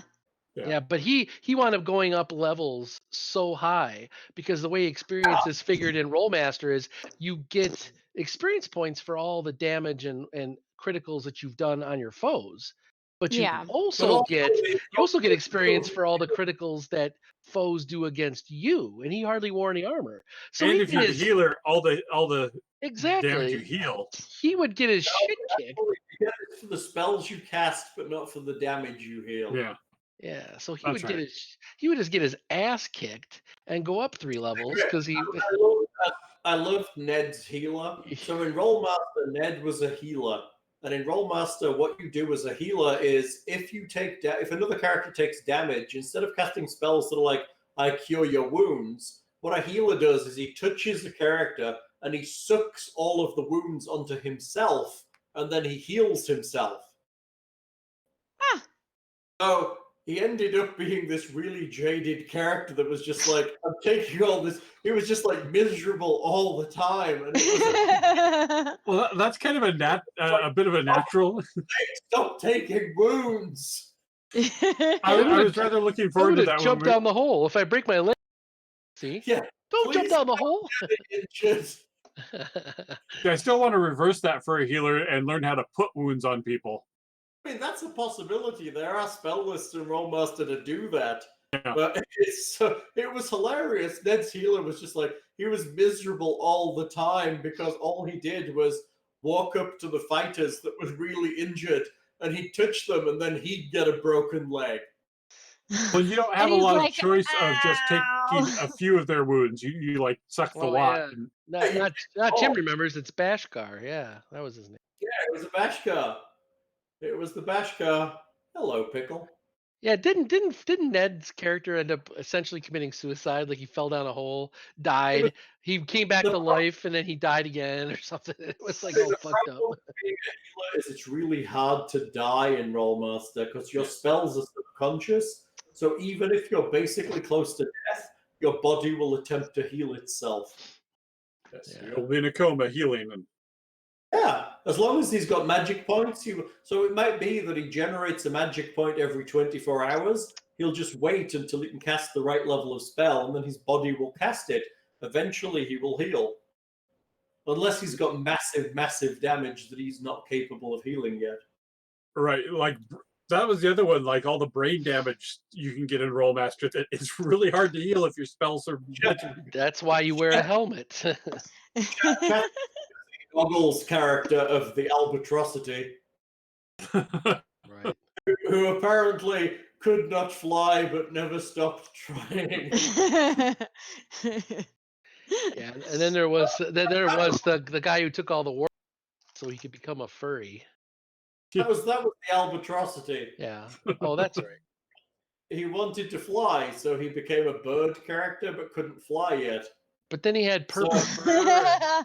He had purple fur and horns. Yeah, it was fun. It was just like it was a strange game, but it was a funny game. It was a fun game. I wound up listening to that podcast over and over. Chat was just like Ned's character tried to kill himself but never succeeded. Right. He was just like he was emo. He was big time emo. Why is kill himself starred out on my device. Oh gosh, that's I weird. don't know, maybe There's a it's lot I of see it. there's a lot of filtering on that just because that's an internet abuse troll thing of people telling people to kill themselves and stuff. Yes. Yeah, so you must have like a ID minor or something. I'll check in my settings on Twitch later. So have you got all those PMs for me about all earlier? Or you didn't get any of them? None of them at all? Oh. Apparently they've just been asterisking them out.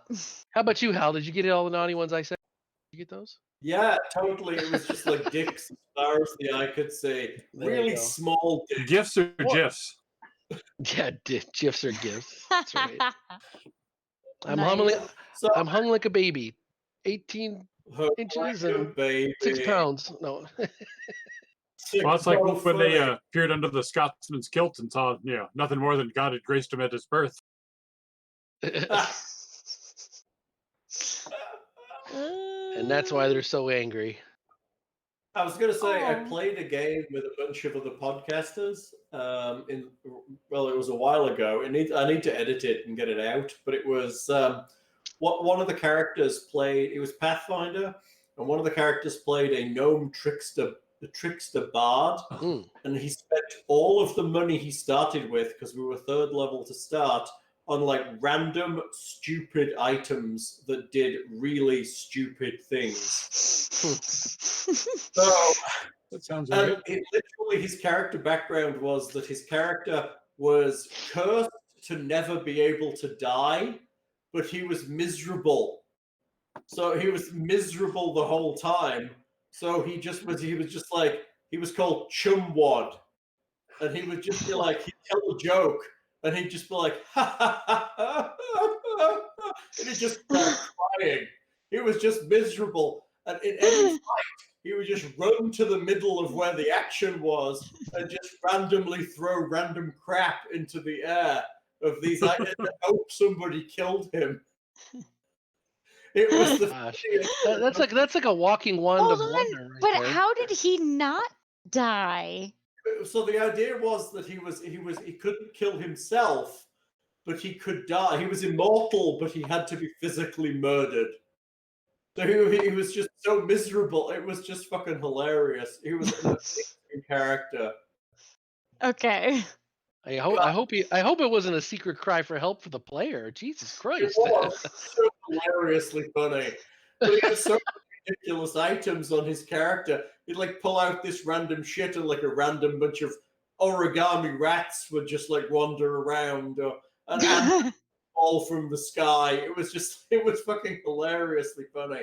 I really need to get edited it out because none of the other podcasts have managed it yet because they're so busy doing their own shit.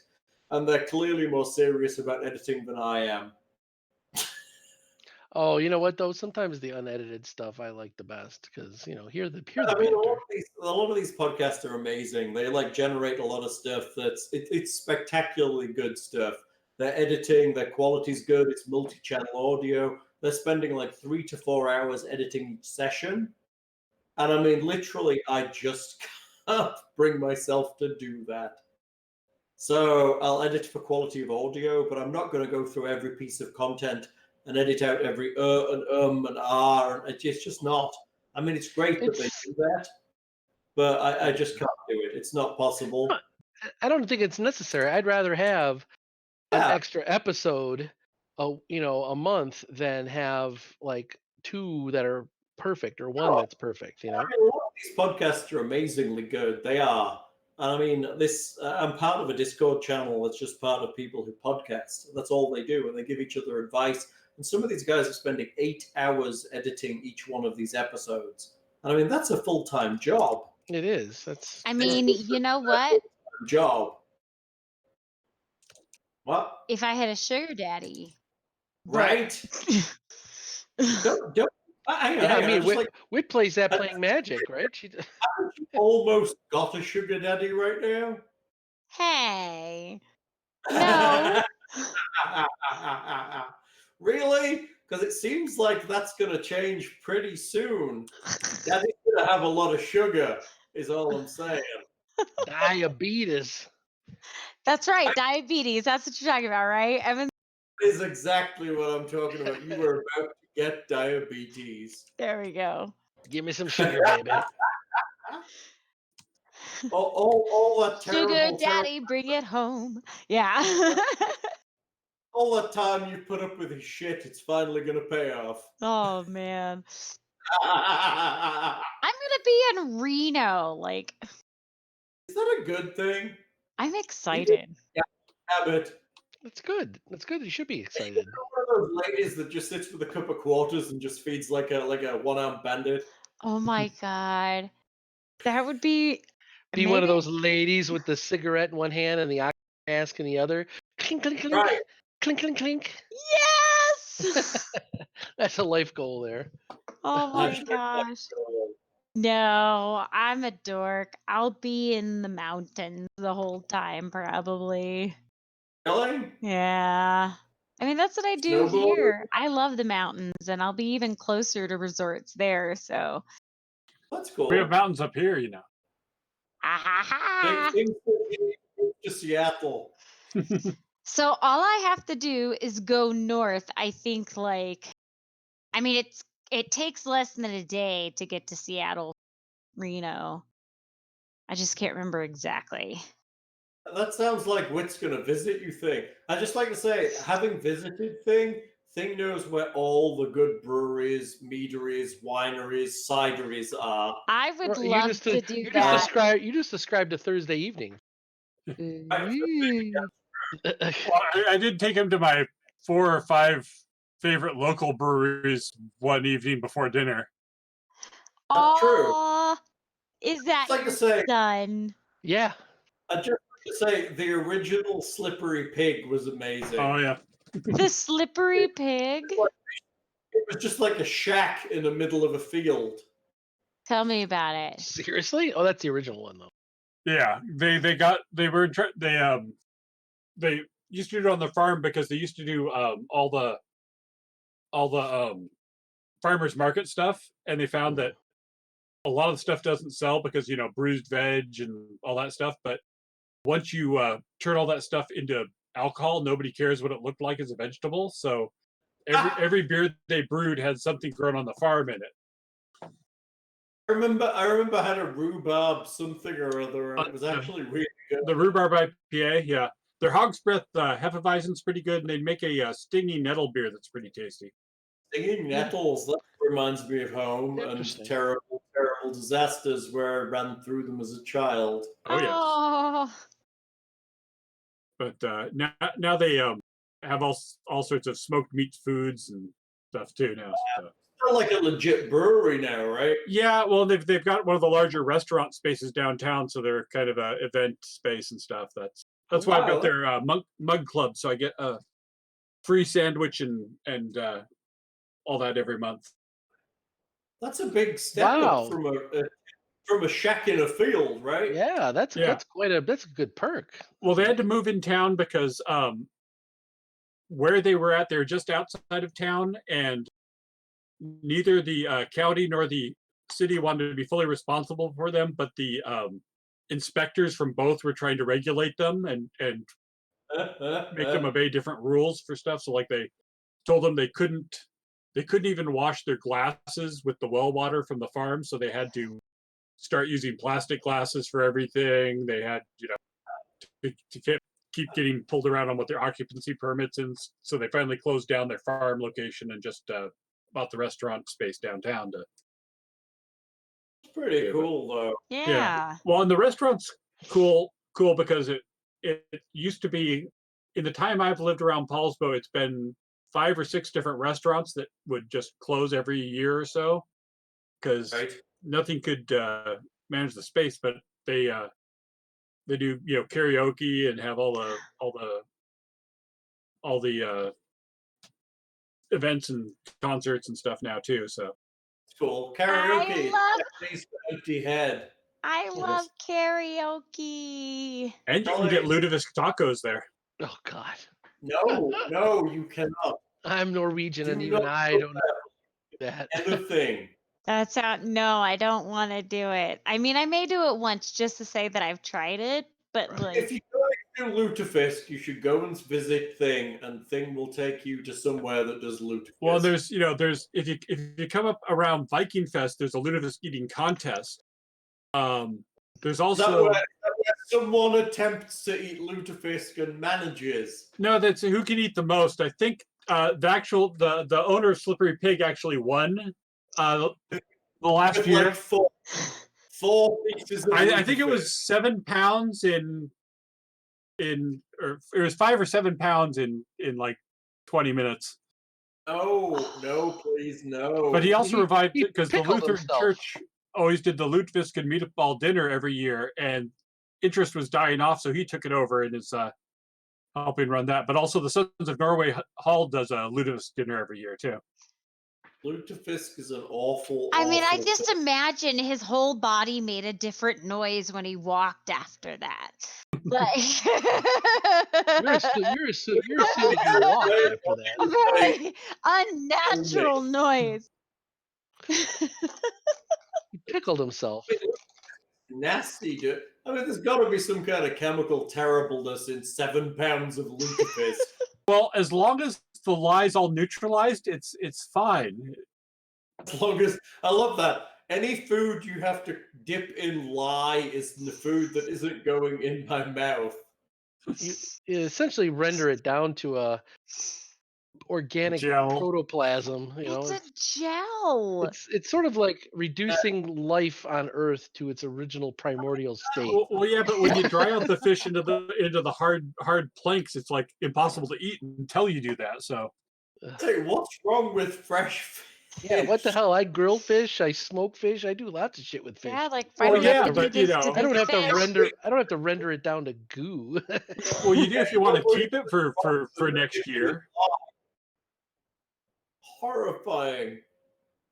Lutefisk is a terrible idea. Well, that's Wait. my ethnic atrocity pizza. Lutefisk and haggis pizza with kimchi. Oh, God. oh no, please no. Maybe you could make a calzone or something instead. But That's Because all that shit mooshed together is going to be delicious, right? exactly. I mean, Just that's put like it in a bucket, the mafia and the yakuza would cap your kneecaps with that shit.